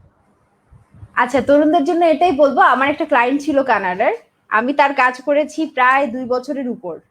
সেই ক্লায়েন্টের কাজ ছিল ঘাস কাটা আর হচ্ছে বরফ পরিষ্কার করা। সো সে হচ্ছে এই কাজটা করতো। আমাদের দেশে এখন আপনি যদি বলেন একটা ঝাড়ুদারের ওয়েবসাইট থাকবে, সে হচ্ছে ওখানে অ্যাড দিবে যে আমি রাস্তা এতখানি ঝাড়ু দিব, তার জন্য আমাকে এত টাকা দিতে হবে, বা আমি আপনার বাসার এত জায়গা ক্লিন করে দিব। সো আমাদের কাছে মনে হবে কি আল্লাহ কি একটা অবস্থা, হ্যাঁ মানে সে পড়াশোনা করে সে ঝাড়ু দেয়, অথচ ওই লোকটাও কিন্তু মানে পোস্ট গ্রাজুয়েট। হ্যাঁ, মাইক নিকোলাস ওর নাম ছিল, এবং আমি ওর হচ্ছে এই বিজনেসের সব ডিজাইনের কাজগুলো করে দিতাম, মাস্কট থেকে শুরু করে, এবং সে যে অফার টফার, এবং তার অফার হতো যে এখন যেহেতু উইন্টারে আমি তোমার বরফ পরিষ্কার করে দিব, তোমার জানালার গ্লাস মুছে দিব। এই কাজগুলো কিন্তু সে একা শুরু করে, আস্তে আস্তে লোক নিয়ে নিয়ে তার বিজনেসটা বড় হয়। এবং সে কি করতো, ওই শীতের সময় সেই সার্ভিসগুলো খুব বেশি পেত, তার ওই ওয়েবসাইটের মাধ্যমে সে কানাডাতে সার্ভিসগুলো সেল করতো, এবং যখন এই সিজনটা চলে যেত সেই টাকাটা নিয়ে সে দুনিয়া ঘুরতো। এটা ছিল তার লাইফ, মানে সে 6 মাস ব্যবসা করতো, 6 মাস ঘুরতো। সো এখন আপনি বলেন এই কাজগুলো কি আসলেই ছোট? এবং সেই লোকটা জীবন যেভাবে এনজয় করছে, উপভোগ করছে, এটা কয়টা মানুষ চায় না এরকম লাইফ এনজয় করতে, যে আমি ইনকাম করবো এবং সেই টাকা দিয়ে আমি যে কোনো দেশ ঘুরতে যাব। হ্যাঁ, এটা তো খুবই মজার একটা ব্যাপার, এবং আমার মনে হয় তরুণরা তো এটা খুবই পছন্দ করবে। তো তরুণদেরকে যদি আসলে এভাবে মানসিকতাটা এভাবে তৈরি করে তাদের পরিবার, যে কোনো কাজ আসলে ছোট না, কাজটা তুমি কিভাবে করছো এটার উপরে ম্যাটার করে যে তুমি আসলে কতটা কোয়ালিফাইড। বাসায় আমরা বুয়া রাখলে সেও থালাবাটি ধয়, এবং বাসার যিনি মানে কর্ত্রী তিনিও থালাবাটি ধন, কিন্তু খেয়াল করবেন দুইজনের কাজের মধ্যে অনেক পার্থক্য আছে। সো এটা কখনো বলা যায় না যে মাস্টার ডিগ্রি পাস করে তুমি থালা কেন ধুচ্ছো। সো সবকিছুরই আসলে একটা ভ্যালু আছে। এখন এটাও আমি বলবো না যে সার্টিফিকেট আছে দেখেই সে অনেক কিছু শিখে গেছে, সবাই আসলে সার্টিফিকেট দিয়েও কিছু শিখতে পারে না, এরকমও হয়। কিন্তু শিক্ষার আসলে কোনো বিকল্প নাই। আপনি যত পড়বেন, যত জানবেন, ভ্রমণ করবেন, আপনার জ্ঞান বাড়বে, এবং ওই জ্ঞানটা দিয়ে আপনি যদি একটা থালাও ধোন, একটা জায়গা ঝাড়ুও দেন, একটা বইও লেখেন, একটা ডিজাইনও করেন, সবখানে একটা নৈপুণ্যতা থাকবে, এবং মানুষ বুঝবে যে এই কাজটা সে দারুণ করেছে। যেটা কিন্তু যে কোনো কিছু দেখে না, বুঝে না, জাস্ট আরেকজন বলছে তাই সে করছে, তার মাথা খাটায় না, কোনো সৃজনশীলতা নাই, তার ওই কাজে ওই আউটপুট আসবে না। সো আপনি যতই বড় ডিগ্রিধারী হন না কেন, আপনি একটা ছোট কাজই করেন কিন্তু চমৎকার ভাবে করেন, যাতে মানুষ ওই কাজটা দেখে বলে যে ওয়াও এই কাজটা তো দারুণ হয়েছে। সো যেটাই করেন বেস্ট ওয়েতে করেন, এবং আমার আমার মনে হয় এটা যদি আপনি করতে পারেন আপনাকে মানুষ মনে রাখবে, এবং মানুষ যত মনে রাখবে তত অপরচুনিটি আপনার জন্য খুলে যাবে। নতুন নতুন আপনি যে কি কি সামনে পাবেন এটা আপনি নিজেও জানেন না, এবং এটা দিয়ে কিন্তু সফলতা আসবে। তরুণরা নিশ্চয়ই এখানে যারা যুক্ত রয়েছে তরুণরা তারা নিশ্চয়ই শুনছো যে কি বলতে চাচ্ছে আমরা জিনা আপু, সত্যি হ্যাঁ, অবাক কোনো করা কিছু ছোট না, কোনো কিছু ছোট না। বলে আপনি আপনার যে অভিজ্ঞতার যে যে জায়গাটি সেটি আমরা বুঝতে পেরেছি। দর্শক আপনাদের যদি এই বিষয়ে কোনো কিছু জানবার থাকে আপনারা লিখুন, আমরা চাচ্ছি যে আপনারা লিখুন এবং আপনারা জানুন। আমরা এই পর্যায়ে আসবো আসমা আক্তার রুমি আপনার কাছে, যে আপনার কাছে যে প্রশ্নটি সেটি হচ্ছে কোন কোন রাষ্ট্রের সাথে আপনি কাজ করেন ইতিমধ্যে এই গত 7-8 বছরে, কোন কোন রাষ্ট্রের সাথে কাজ করলেন এবং এমন একটি ঘটনা বলুন যেটি তরুণরা উদ্বুদ্ধ হবে একটি রাষ্ট্রের সাথে আপনার কাজের অভিজ্ঞতা। আমি অ্যাকচুয়ালি বর্তমানে আপনার অনেকগুলা কান্ট্রির সাথেই কাজ করছি, টোটালি 22টা কান্ট্রির সাথে কাজ করছি।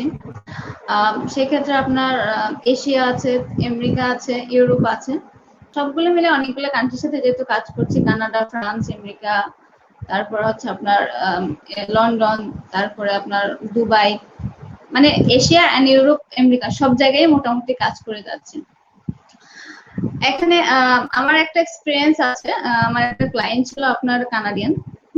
তো সে একবার আমাকে একটা প্রজেক্ট দিয়েছিল, ছোট একটা প্রজেক্ট দিয়েছিল, যেটার প্রাইস একদমই কম। ওই যে আপু একটা অজন্তা আপু যে কথাটা বললো যে আমাদের কাজের প্রাইসটা কানাডা এবং আমেরিকা থেকে কিন্তু একটু কম হয়। হ্যাঁ, এটা আমরা এখনো ফেস করি, মানে তারা যেই পরিমাণ অ্যামাউন্টটা পায় আমরা সেটা পাই না। হ্যাঁ, এখন পর্যন্ত কিন্তু আমরা সেটা পাচ্ছি না। যদি আমরা আমাদেরকেও এই ডিমান্ডটা দিত তাহলে দেখা যাচ্ছে যে আমাদের কাছ থেকে মনে হয় আরো প্রজেক্ট করাতো না, ওরা তো একটু কমে পায়, একটু কমে একটু বেটার সার্ভিস পায় বিধেই আমাদের এশিয়া থেকে ওরা কাজটা করিয়ে নেয়। ওদের মূলত উদ্দেশ্য কিন্তু সেটাই। তো ওইখান থেকে দেখা যাচ্ছে আমি ছোট একটা প্রজেক্ট করি, ছোট একটা প্রজেক্ট সিম্পল আপনার $500 একটা প্রজেক্ট আমি ফার্স্ট ওনারটা করি। তো ওনার প্রজেক্টটা কমপ্লিট করার পরে এটা ছিল ওনার যে আপু যেটা বললো যে উনি ঝাড়ু দেয় বা উইন্টারে যে বরফ পরিষ্কার করে, আমারটা ছিল একটু ডিফারেন্ট। আমাদের বাংলাদেশে এখন অনেকগুলো প্ল্যাটফর্ম হচ্ছে, আমার সার্ভিসটা ছিল ওনার হচ্ছে লুক হায়ার করে, মানে কনসালটেন্সি হিসাবে। যেমন আমাদের বাংলাদেশে হচ্ছে আমরা একটা জবের জন্য জাস্ট গিয়ে অ্যাপ্লাই করে জব পেয়ে যাবে, ওইখানে এমন কিছু এজেন্সি আছে দেশের বাইরে যেগুলোর মাধ্যমে হচ্ছে ম্যান পাওয়ার সাপ্লাই দেয়, মানে যেটা হচ্ছে যে কোনো সেক্টর দিয়ে যে সেক্টর আছে সেই সেক্টর থেকে আপনার লোক হায়ার করে ওখান থেকে নিতে পারবেন। তো ওইরকম একটা ছোট একটা প্রজেক্ট আমি একবার করি ওনার। তো উনি ফার্স্ট আমাকে প্রজেক্টটা দিতে চায় নাই, যেহেতু আমি ডিরেক্টলি কাজ করি। হ্যাঁ, আমার পোর্টফোলিও আছে, আমি অনেকে পোর্টফোলিও সাবমিট করেছি, অনেক কিছু করেছি। তখন উনি আমাকে দিতে চাচ্ছে না, ট্রাস্ট করতে চাচ্ছে না আমি আসলে পারবো কি পারবো না। আর দেখা যাচ্ছে সবকিছু আমার পড়াশোনার ব্যাপারে জিজ্ঞেস করলো, তারপরে হচ্ছে আমার এইজের ব্যাপারে জিজ্ঞেস করলো। সে এত ছোট কি পারবে, মানে এরকম একটা আমাকে, মানে ওনার ভিতরে একটা কৈরি যে আসলে পারবে। তাও আবার বাংলাদেশি, ওই যে ইন্ডিয়া, পাকিস্তান, বাংলাদেশিকে মেনশন করে সবাই এটা একটু ভয় পায়। যখন দেখা যাচ্ছে পরিচয় কোন দেশে, বাংলাদেশ থেকে, তখন একটু মানে একটু কেমন যেন করে ভয় পায়। বাট এখন অবশ্যই যেহেতু কাজ করতে করতে এক্সপিরিয়েন্স হয়ে গেছে সেটা এখন আর ফেস করতে হচ্ছে না। বাট তখন উনি খুবই ভয় পাচ্ছিল যে আমি এটা করতে পারবো কি পারবো না, কি হবে না হবে। বাট আমি যেভাবে হোক আমার টার্গেট ছিল আমি ওর কাছ থেকে কাজটা নেব, ওকে বুঝিয়ে দেবো যে বাংলাদেশেও পারা যায় সাকসেসফুলি কাজ কমপ্লিট করতে। মানে ওর একটা অনীহা ছিল বাংলাদেশের প্রতি, আই ডোন্ট নো কেন ছিল, আমি অতটা কোশ্চেন করি নাই, কারণ হচ্ছে ফরেনারদের ডিপলি এত কোশ্চেন করা যায় না, কাজের বাইরে বেশি একটা করা যায় না। আমরা বাংলাদেশিরা যতটা আন্তরিক থাকি, মানে একজনকে একটা কথা জিজ্ঞেস করে তার পিছনে আরেকটা কথা জিজ্ঞেস করতে পারি, বাট ফরেনাররা খুবই ক্লিয়ার কাট, ওদেরকে এত কথা জিজ্ঞেস করা যায় না। তো উনি দিতে চায় না, বাট আমার জিত ছিল, আমি ওটা নিবই নেব, যেভাবে হোক নিব। আমি ওনার পিছনে একটা সপ্তাহ ঘুরেছি জাস্ট $500 একটা প্রজেক্টের জন্য। ঘোরার পরে উনি আমাকে এই প্রজেক্টটা সাবমিট করে এমনকি দেয়। দেওয়ার পরে যখন আমি সাকসেসফুলি কমপ্লিট করি, উনি তখন বলে কি এটা কি আমি করেছি নাকি কাউকে দিয়ে করাইছি।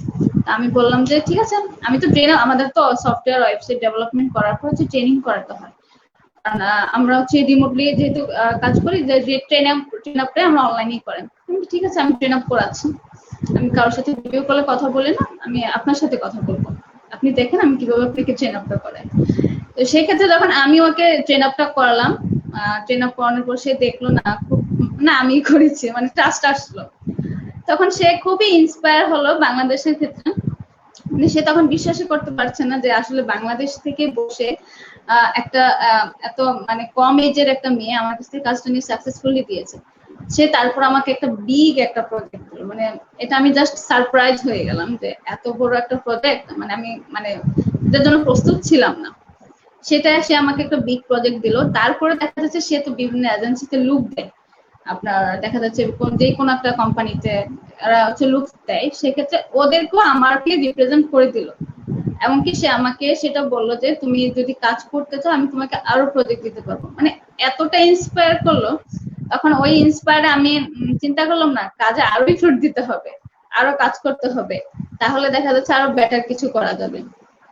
তো অ্যাকচুয়ালি আসলে বিষয়টা হচ্ছে যে এরকম, আপনি কখন যে কোন কাজ কোন জায়গায় আপনার ভালোভাবে ইমপ্লিমেন্ট হয়ে যাবে, ভালোভাবে আপনাকে ভালো আউটপুট দিবে, সেটা আপনি নিজেও বলতে পারবেন না।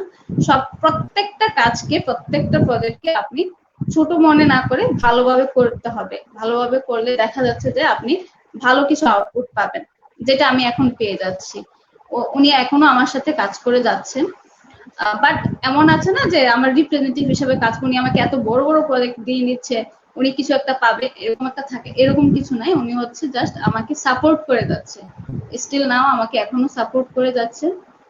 এই এই ঘটনাগুলো, এই টাইপের আমার এক্সপিরিয়েন্স দুবাইতেও হয়েছে, আমার ওমানেও আছে। মানে এই ছোট একটা প্রজেক্ট দিয়ে আমি কাজ শুরু করি, দেখা যাচ্ছে অ্যাজ এ পরবর্তী টাইমে বিগ বিগ প্রজেক্ট আমাকে দেয়।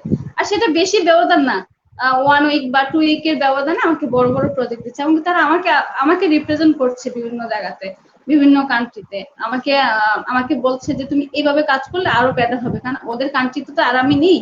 তো আমাকে বলে যে এভাবে কাজ করো তুমি আরো ভালো আউটপুট পাবে, এভাবে করলো, মানে খুবই ইন্সপায়ার করে, যেটা আমি আসলে মানে আমি খুব নিজেকে লাকি মনে করি এটার জন্য, যে আসলে এইভাবে আমি কাজ করতে পারছি, এমনকি ভালো করে যাচ্ছি ইনশাল্লাহ।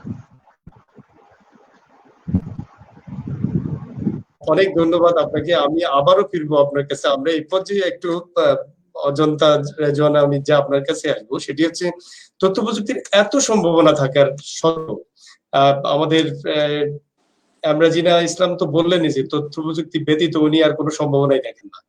এত সম্ভাবনা দেখার পরেও এটি কিন্তু অপপ্রয়োগ হচ্ছে, অপব্যবহার হচ্ছে অনেক ক্ষেত্রে। এই জায়গাগুলোকে আপনি কিভাবে অ্যাড্রেস করবেন, এবং তোদের জন্য যারা অপপ্রয়োগ করে আপনি কি বলবেন, তাদের জন্য কি বার্তা থাকবে?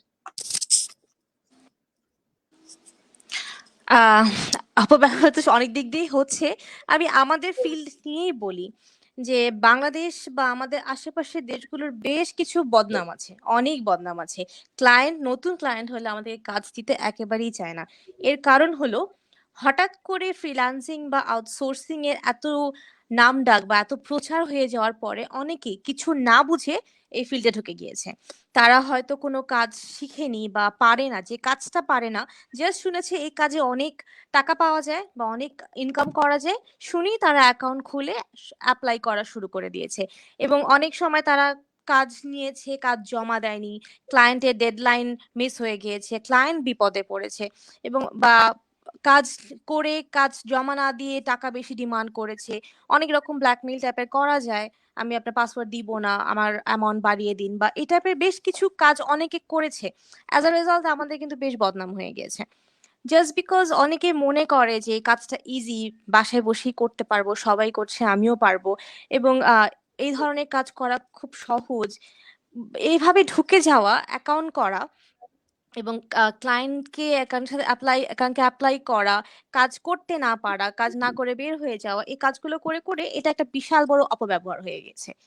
মাঝখানে খুব উঠেছে যে সবাই ফ্রিল্যান্সার হবে, সবাই কাজ করবে, এবং অলিতে গলিতে ছোটখাটো ট্রেনিং সেন্টার শুরু হয়ে গেছে, যেখানে পাশের গলিতে যেখানে ফটোকপির দোকানে দেখি ফ্রিল্যান্সিং শিখাবে। এক্স্যাক্টলি কি শিখাবে আমি জানি না, ফ্রিল্যান্সিং শিখাবে। আমাকে এখানে একজন আমার বাসার পাশের দোকান থেকে একজন করেছে যে আপু আপনি এসে শিখিয়ে যান। যে এভাবে তো শিখাবো না, আমি কি শিখাবো? বলে আপু আপনি 2টা ক্লাস করান, জাস্ট কথা বলেন হয়ে যাবে। যে এই টাইপের এত চালাকি, এত ধরনের অপব্যবহারই বলবো, যে এগুলো করা উচিত হয়নি অনেকের, এবং এভাবে আমাদের নাম খারাপ হচ্ছে। এটা খুবই রেসপেক্টেড একটা ফিল্ড। এখানে আমরা একটা নর্মাল চাকরিতে যেভাবে কাজ করতাম, বা যেরকম কনসেন্ট্রেশন দিতাম, আমরা কিন্তু তার চেয়ে অনেক বেশি কনসেন্ট্রেশন দিয়ে কাজটা করি আমরা, পুরো ডেডিকেশন দিয়ে কাজ করি। এটা খুব সহজ কোনো কাজ না। সবাই পারবে না এটা আমি বলছি না, বাট একেবারেই যে আজকে চাইলাম কালকেই করে ফেলবো, পরশুদিন আমি হাজার হাজার টাকা ইনকাম করে ফেলবো, এভাবে চিন্তা যাতে কেউ না করে। এটা একটা নর্মাল কাজের মতো, নর্মাল ক্যারিয়ারের মতোই ট্রিট করা উচিত। শিখে আসবেন, ভালোভাবে শিখে জেনে আসবেন কোন কাজটা আপনার করতে ইচ্ছা করে, কোন কাজটা ভালোবেসে করবেন, কোন কাজটা আপনি পারেন, এইটা শিখে ডিসাইড করে দেন আসেন। পাশের বাসায় কেউ একজন করছে, ভালো করছে দেখে ওই কাজে কাজে নেমে গেলাম, পারলাম না, আমার দেশের নাম খারাপ করে ফেললাম, এগুলো করা একদম উচিত না। I don't mean to offend anyone, but উচিত না। আপওয়ার্কে যেখানে আমরা কাজ করি, এখানে কিন্তু খুব কড়াকড়ি শুরু হয়ে গেছিল গত 2 বছর। বিকজ এত এত লোক অ্যাকাউন্ট খুলছে, তাদের না কোনো পোর্টফোলিও আছে, না কোনো এক্সপিরিয়েন্স আছে, না কোনো জায়গায় কাজ করে তারা জব পাচ্ছে, সমানে অ্যাপ্লাই করে যাচ্ছে, কাজ পাচ্ছে না, ক্লায়েন্ট বিরক্ত হচ্ছে। এবং শুধু আমাদের দেশে না, অনেক অনেক জায়গার জন্য এখন অ্যাকাউন্ট করা বা অ্যাপ্লাই করা অনেক টাফ করে দিয়েছে। বিকজ যেটা হয়, একটা ফিল্ডে বেশি মানুষ ঢুকে গিয়ে, না জেনে ঢুকে গিয়ে ফিল্ডটাকে খারাপ করে দিচ্ছিল। So Right. জাস্ট বিকজ আমরা বাসায় বসে কাজ করি, এটাকে এত লাইটলি না নিয়ে সিরিয়াসলি নেন। এই কাজে অনেক সম্ভাবনা আছে, এই কাজে প্রচুর কাজ আছে, প্রচুর। পুরো ওয়ার্ল্ড বসে আছে আমাদেরকে কাজ দেওয়ার জন্য। অনেক সুবিধা, অনেক ফ্লেক্সিবিলিটি, অনেক ডাইভার্সিটি আছে। আপনি শিখে আসুন, আপনি জেনে আসুন। এখন অনেক জানার জায়গা আছে, অনেক ইনফরমেশন এখন কিন্তু অ্যাভেলেবল, যেটা আমাদের সময় ছিল না।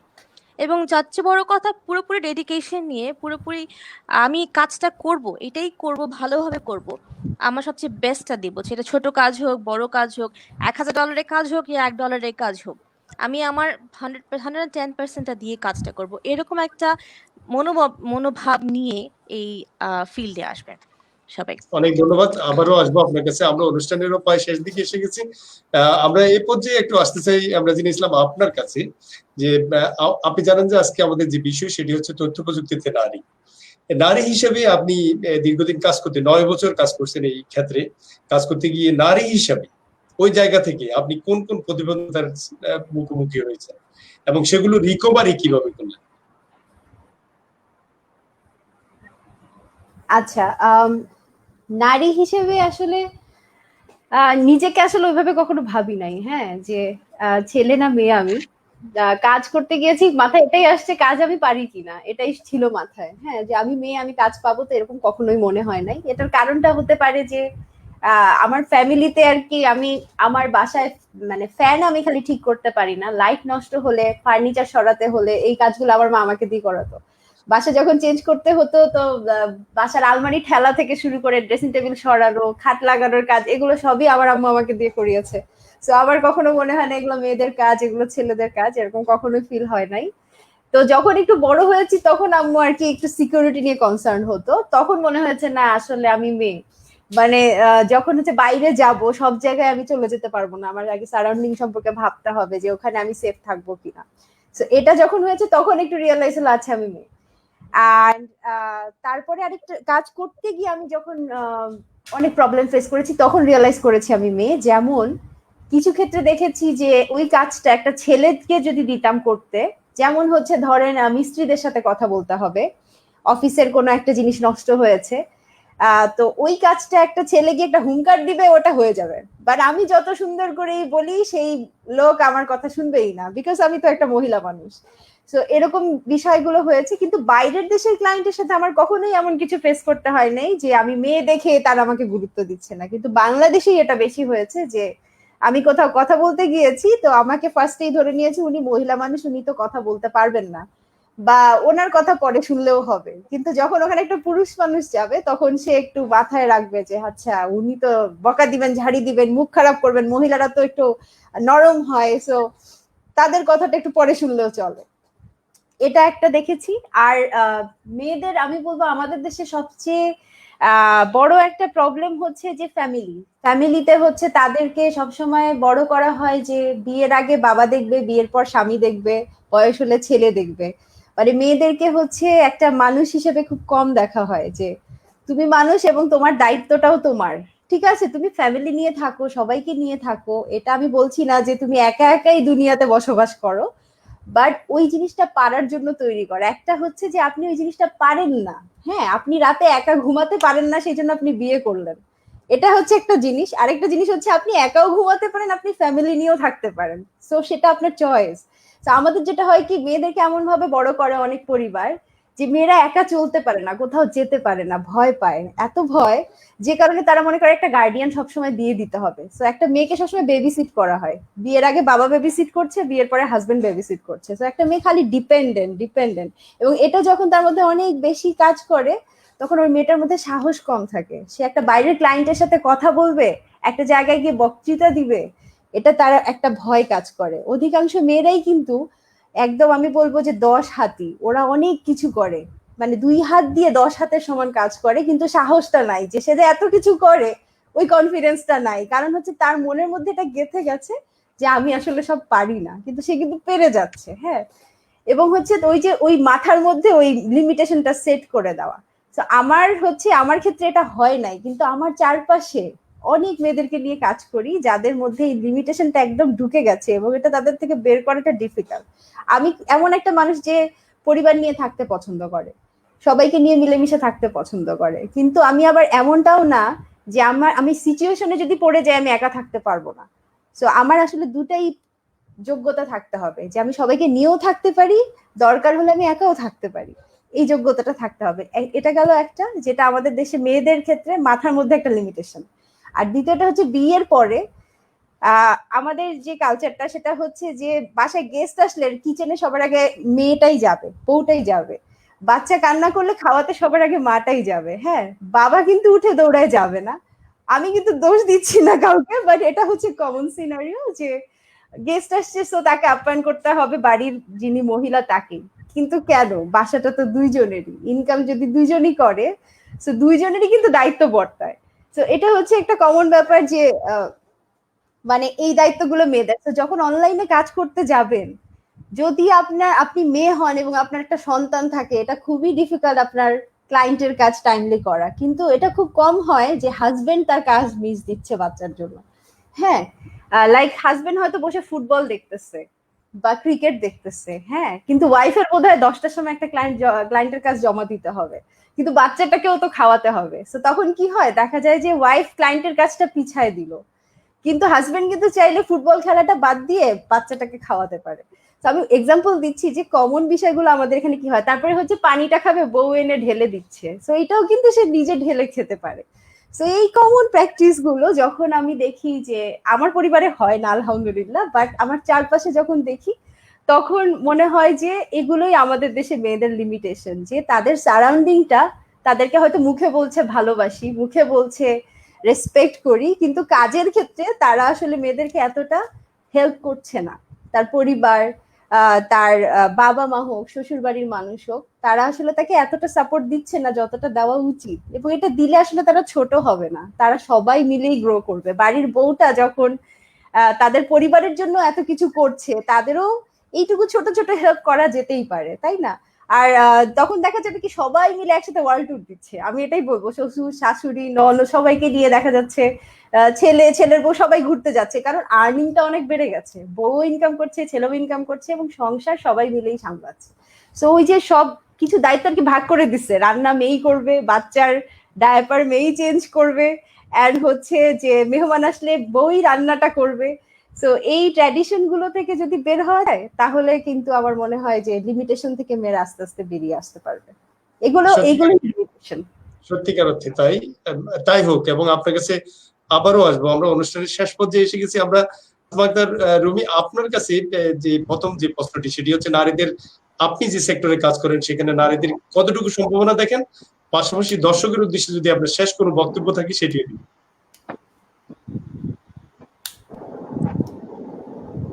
নারীদের উদ্দেশ্যে অ্যাকচুয়ালি আইটি, যে আপু যেটা বলে গেলো, তথ্য প্রযুক্তির যুগ ছাড়া এখন, মানে তথ্য প্রযুক্তি বা আইটি ছাড়া এখন কিছুই করা পসিবল না। আর নারীদের ক্ষেত্রে বলবো, আপনি এই সেক্টরে যদি আসেন তাহলে দেখা যাচ্ছে আপনি আপনার ফ্যামিলি, আপনার সবকিছু সামলে বাসা থেকে আপনি হ্যান্ডসাম একটা ইনকাম আপনি করতে পারছেন, এমনকি খুব ভালোভাবে করতে পারছেন। আর এটার ফিউচার অবশ্যই খুবই ব্রাইট, কারণ একটা টাইম আসবে যে টুডে টুমোরো যেই মানে প্রত্যেকটা বিজনেসকে আপনার অনলাইন বেজ হতে হবে। আপু যেটা বলো কৃষকের যে এটা এক্সাম্পলটা দিল, এখন অলরেডি কিন্তু অনেক কৃষক আছে। হ্যাঁ, আমারও এরকম কিছু ক্লায়েন্ট আছে বাংলাদেশে, হ্যাঁ, যারা হচ্ছে আপনার মাছ চাষ করে বা আদার্স কাজ করে, কৃষি কাজে করে। ওরা কিন্তু আমার কাছ থেকে ওয়েবসাইট করে নিচ্ছে, ওরা মাছ কিভাবে বিক্রি করছে বা কিভাবে করলে আরো বেটার হয়। তো ওইগুলা কিন্তু অলরেডি এখন চলে আসছে আমাদের দেশে, অলরেডি এখন চলে আসছে, এমনকি সারা ওয়ার্ল্ডে। দেখা যাচ্ছে যে আপনার কানাডা আমেরিকা যদি আমি নিয়ে আসি, সেক্ষেত্রে তাদের পার্সোনালি 80% মানুষেরই আপনার পার্সোনালি একটা ব্লগ থাকে, পার্সোনালি একটা ওয়েবসাইট থাকে, পার্সোনালি এদের কোম্পানির জন্য একটা সফটওয়্যার এরা রেডি করে নেয়, একটা অ্যাপস তৈরি করে নেয়। তো সেক্ষেত্রে মেয়েরা যদি এই সেক্টরে আসতে চায়, এটা খুব ভালো একটা সম্ভাবনার সেক্টর। এমনকি এটাতে যদি সে ভালোভাবে ইফোর্ট দিয়ে কাজ করতে পারে, বাসা থেকে অনেক কিছু করতে পারে। যখন একটা সময় দেখা যাচ্ছে যে কাজের প্রেশার আসছে, তখন হয়তো সে অফিস নিয়ে কাজ করতে পারে, বাট এটা এরকম না যে 9টা 5টা দরে বেঁধে দিতে হবে আপনাকে, যে অফিসে যেতে হবে কাজ করতে হবে, ওরকম না। সম্পূর্ণ নিজের ফ্রিডম, আমার আজকে ভালো লাগছে না, আমি বাসা থেকে কাজ করবো, আমি অফিসটাও বাসা থেকে মেনটেন করতে পারবো। আপনার ক্যামেরাটা ঠিক করতে হবে।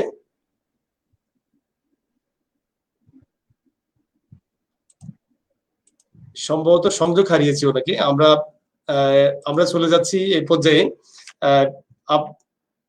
আমরা আপনার কাছে আবারও আসবো। আমরা অজন্তা রাজওয়ানা মির্জা আপনার কাছে যে প্রশ্ন করতে চাই সেটি হচ্ছে যে আমাদের এই সীমাবদ্ধতা যে জায়গাগুলো, সেগুলো দুই একটি বলবার চেষ্টা করেছেন আপু। এই ক্ষেত্রে আপনি আর কি যোগ করবেন? 2 নম্বর হচ্ছে যে আমাদের তরুণেরা, অধিকাংশ তরুণ কিন্তু এই মুহূর্তে হতাশার মধ্যে আছে, তাদের জন্য আপনার কি পরামর্শ থাকবে? এবং সর্বশেষ দর্শকের উদ্দেশ্যে যদি আপনার কোনো বক্তব্য থাকে।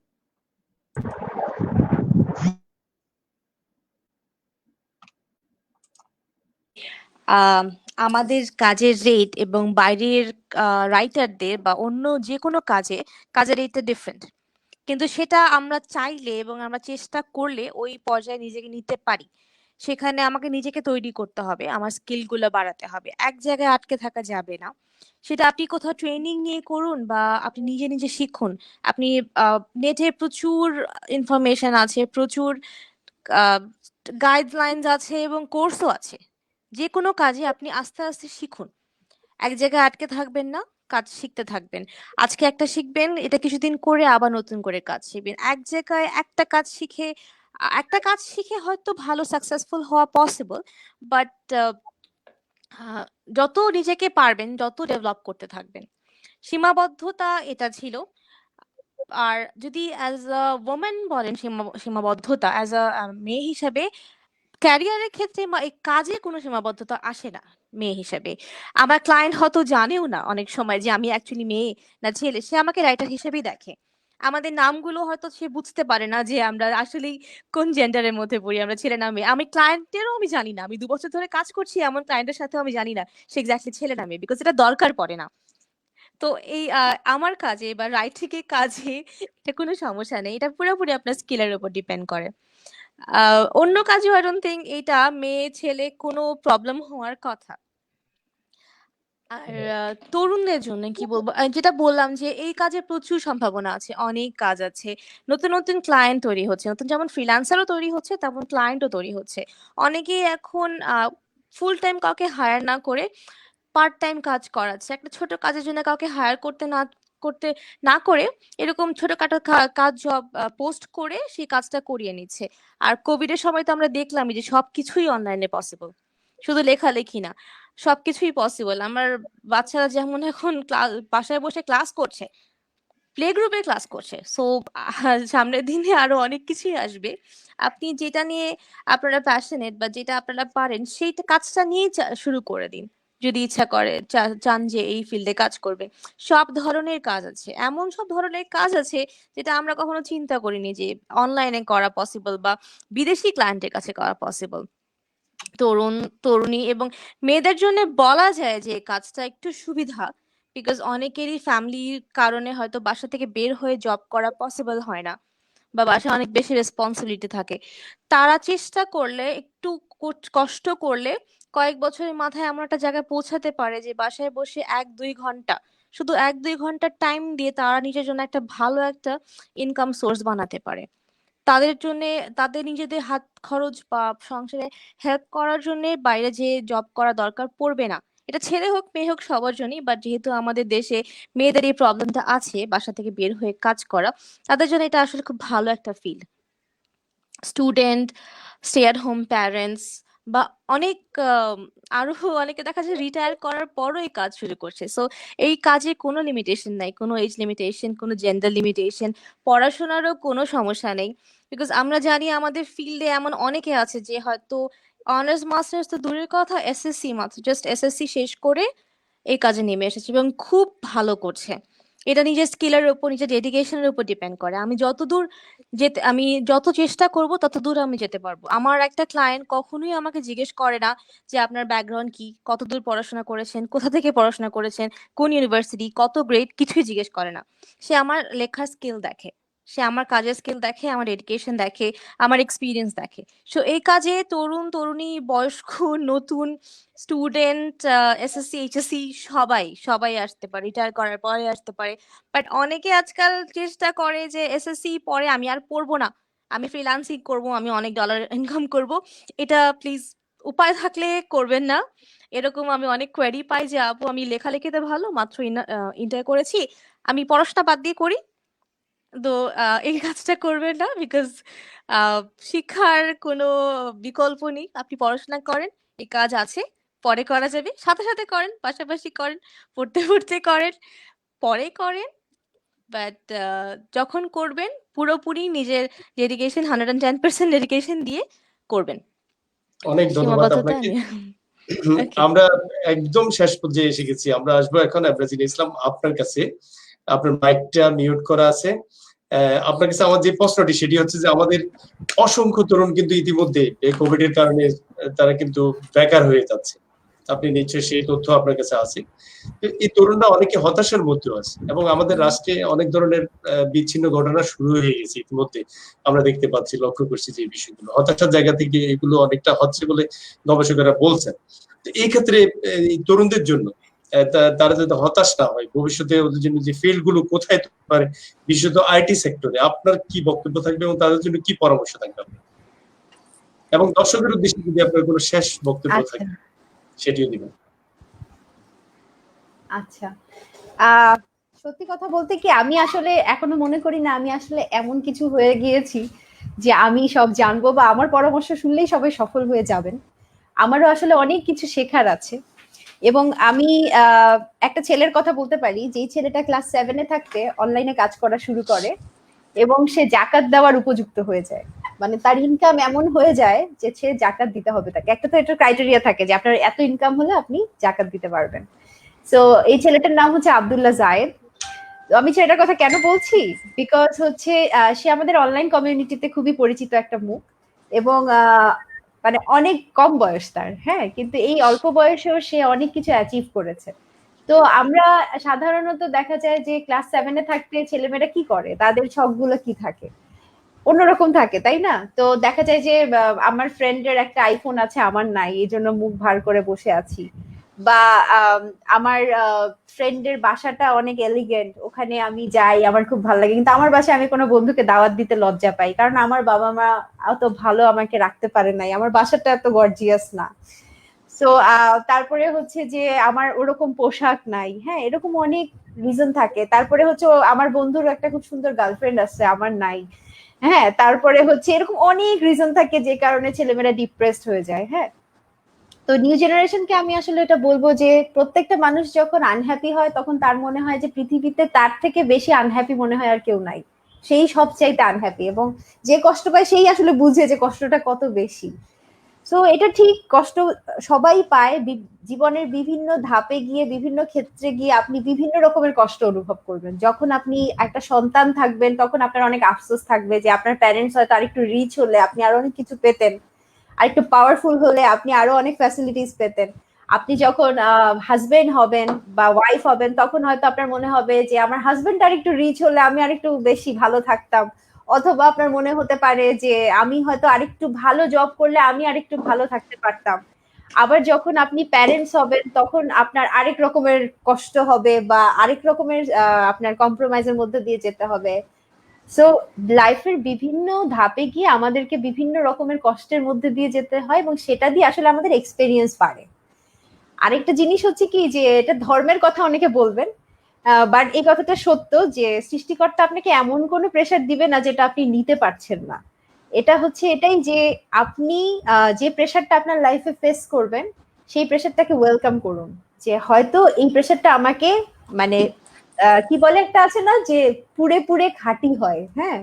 সো আপনি হয়তো বার্ন হচ্ছেন বিকজ আপনার জন্য আরো ভালো কিছু তৈরি হচ্ছে, বা আপনি ম্যাটেরিয়ালটাই একটা চমৎকার হীরাতে পরিণত হবেন। আপনি হয়তো একটা কয়লা হয়ে আছেন, তো আপনি অনেক প্রেশার খাচ্ছেন, অনেক চাপ খাচ্ছেন, বাবা মা বকা দিচ্ছে, টিচার বকা দিচ্ছে, গার্লফ্রেন্ড বকা দিচ্ছে, বয়ফ্রেন্ড বকা দিচ্ছে, সব দিক দিয়ে প্যারা খাচ্ছেন, কিন্তু আসলে এগুলো আপনাকে তৈরি করবে। তো থেমে গেলে চলবে না, হতাশ হলে চলবে না, অন্যের আইফোন দেখে স্যাড হলে চলবে না, অন্যের ভালো বাড়ি গাড়ি দেখে দুঃখ পেলে চলবে না, নিজের বেস্টটা দিয়ে নিজেকে ট্রাই করে যেতে হবে। এবং আমার আরেকটা জিনিস মনে হয়, আপনি যতই পরিশ্রম করেন বা যতই যা করেন, ভালো চিন্তা করা একটা খুব ইম্পর্টেন্ট বিষয়। আপনি যদি মনে করেন আমার অনেক টাকা হলে আমি ওকে দেখাই দিব যে আমার কত ক্ষমতা, তাহলে আপনি আসলে টাকা হলেও হ্যাপি হতে পারবেন না। হ্যাঁ, এখন হয়তো মনে হচ্ছে যে টাকা থাকলে অনেক জোশ থাকবে, অনেক পাওয়ার থাকবে, কিন্তু যে আসলে টাকা চায় হচ্ছে অন্যকে ছোট করার জন্য, বা যে ক্ষমতা চায় অন্যকে ছোট করার জন্য, সেই মানুষটা আসলে আলটিমেটলি হ্যাপি হতে পারে না। সো আপনার মাইন্ডসেটে থাকতে হবে যে আপনি ভালো কিছু করবেন যাতে মানুষের মঙ্গল হয় এবং একই সাথে আপনারও ভালো হয়। তো যখন আপনি ভালো চিন্তা করবেন এবং আপনি মানুষের ভালো চাবেন, তখন না সৃষ্টিকর্তা আপনার প্রতি অনেক বেশি অনুগ্রহশীল হবে, আপনাকে এত এত রাস্তা খুলে দিবে, আপনাকে এত এত সফলতা এনে দিবে, এবং আপনি একটা ব্লেসিং ফিল করবেন, আপনি শান্তি ফিল করবেন। আপনি দেখা যাবে যে ছোট একটা কাজ করেছেন, অনেক প্রশংসা পাচ্ছেন, মানুষ আপনাকে অনেক আহ ভালো বলছে, আপনাকে আরো নতুন নতুন অফার দিচ্ছে বিভিন্ন জায়গা থেকে। সো হচ্ছে আমি সবসময় বলি যে বিনয়ী হন, মনটাকে পরিষ্কার রাখুন, আপনি যাই করেন ভালোর জন্য করেন, সবকিছুতে এথিক্স মেনটেন করুন। ব্যবসা করলে আমরা সবসময় চিন্তা করি কি লাভ করব, অনেক লাভ করব, কিন্তু তার মানে এই না যে আপনি একটা মানুষকে একদম এমন ভাবে ঠকালেন, ঠকিয়ে বড় বড় লোক হয়ে গেলেন। হ্যাঁ, এরকম হওয়া যাবে না, সবখানে এথিক্স মেনটেন করতে হবে। আর হচ্ছে দেখেন আপনি একটা মজার বিষয় যে স্কুলে যখন আমরা বাচ্চা ভর্তি করি, বাচ্চাদের বয়সটা আমরা লুকায় দেই, অরিজিনাল বয়স না দিয়ে আমরা তার বয়সটা কমায় দেই যাতে বিসিএস দেওয়ার বয়স থাকে বেশি, যেটা কিন্তু আমাদের ক্ষেত্রেও করা হয়েছে। তো দেখেন এত ছোট থেকে মিথ্যা জিনিসটা একদম তার মধ্যে ঢুকায় দেওয়া হচ্ছে। হ্যাঁ, আনএথিক্যাল হওয়ার চর্চা একদম ছোটবেলা থেকে, এটা থেকে বের হয়ে আসতে হবে। ঠিক আছে, আপনার 30 বছর যত আগেই হোক আর যেভাবেই হোক, ওর মধ্যে বিসিএস হলে হবে, না হলে নাই, না হলে তার থেকে ভালো কিছু হবে, এই বিশ্বাসটা রাখতে হবে। আপনার বাচ্চা 30 বছর বয়সের মধ্যেই যা করতে পারে করবে, না হলে তার থেকে ভালো কিছু করবে। মানে এই এথিক্স গুলো মেনটেন করতে হবে সবাইকে।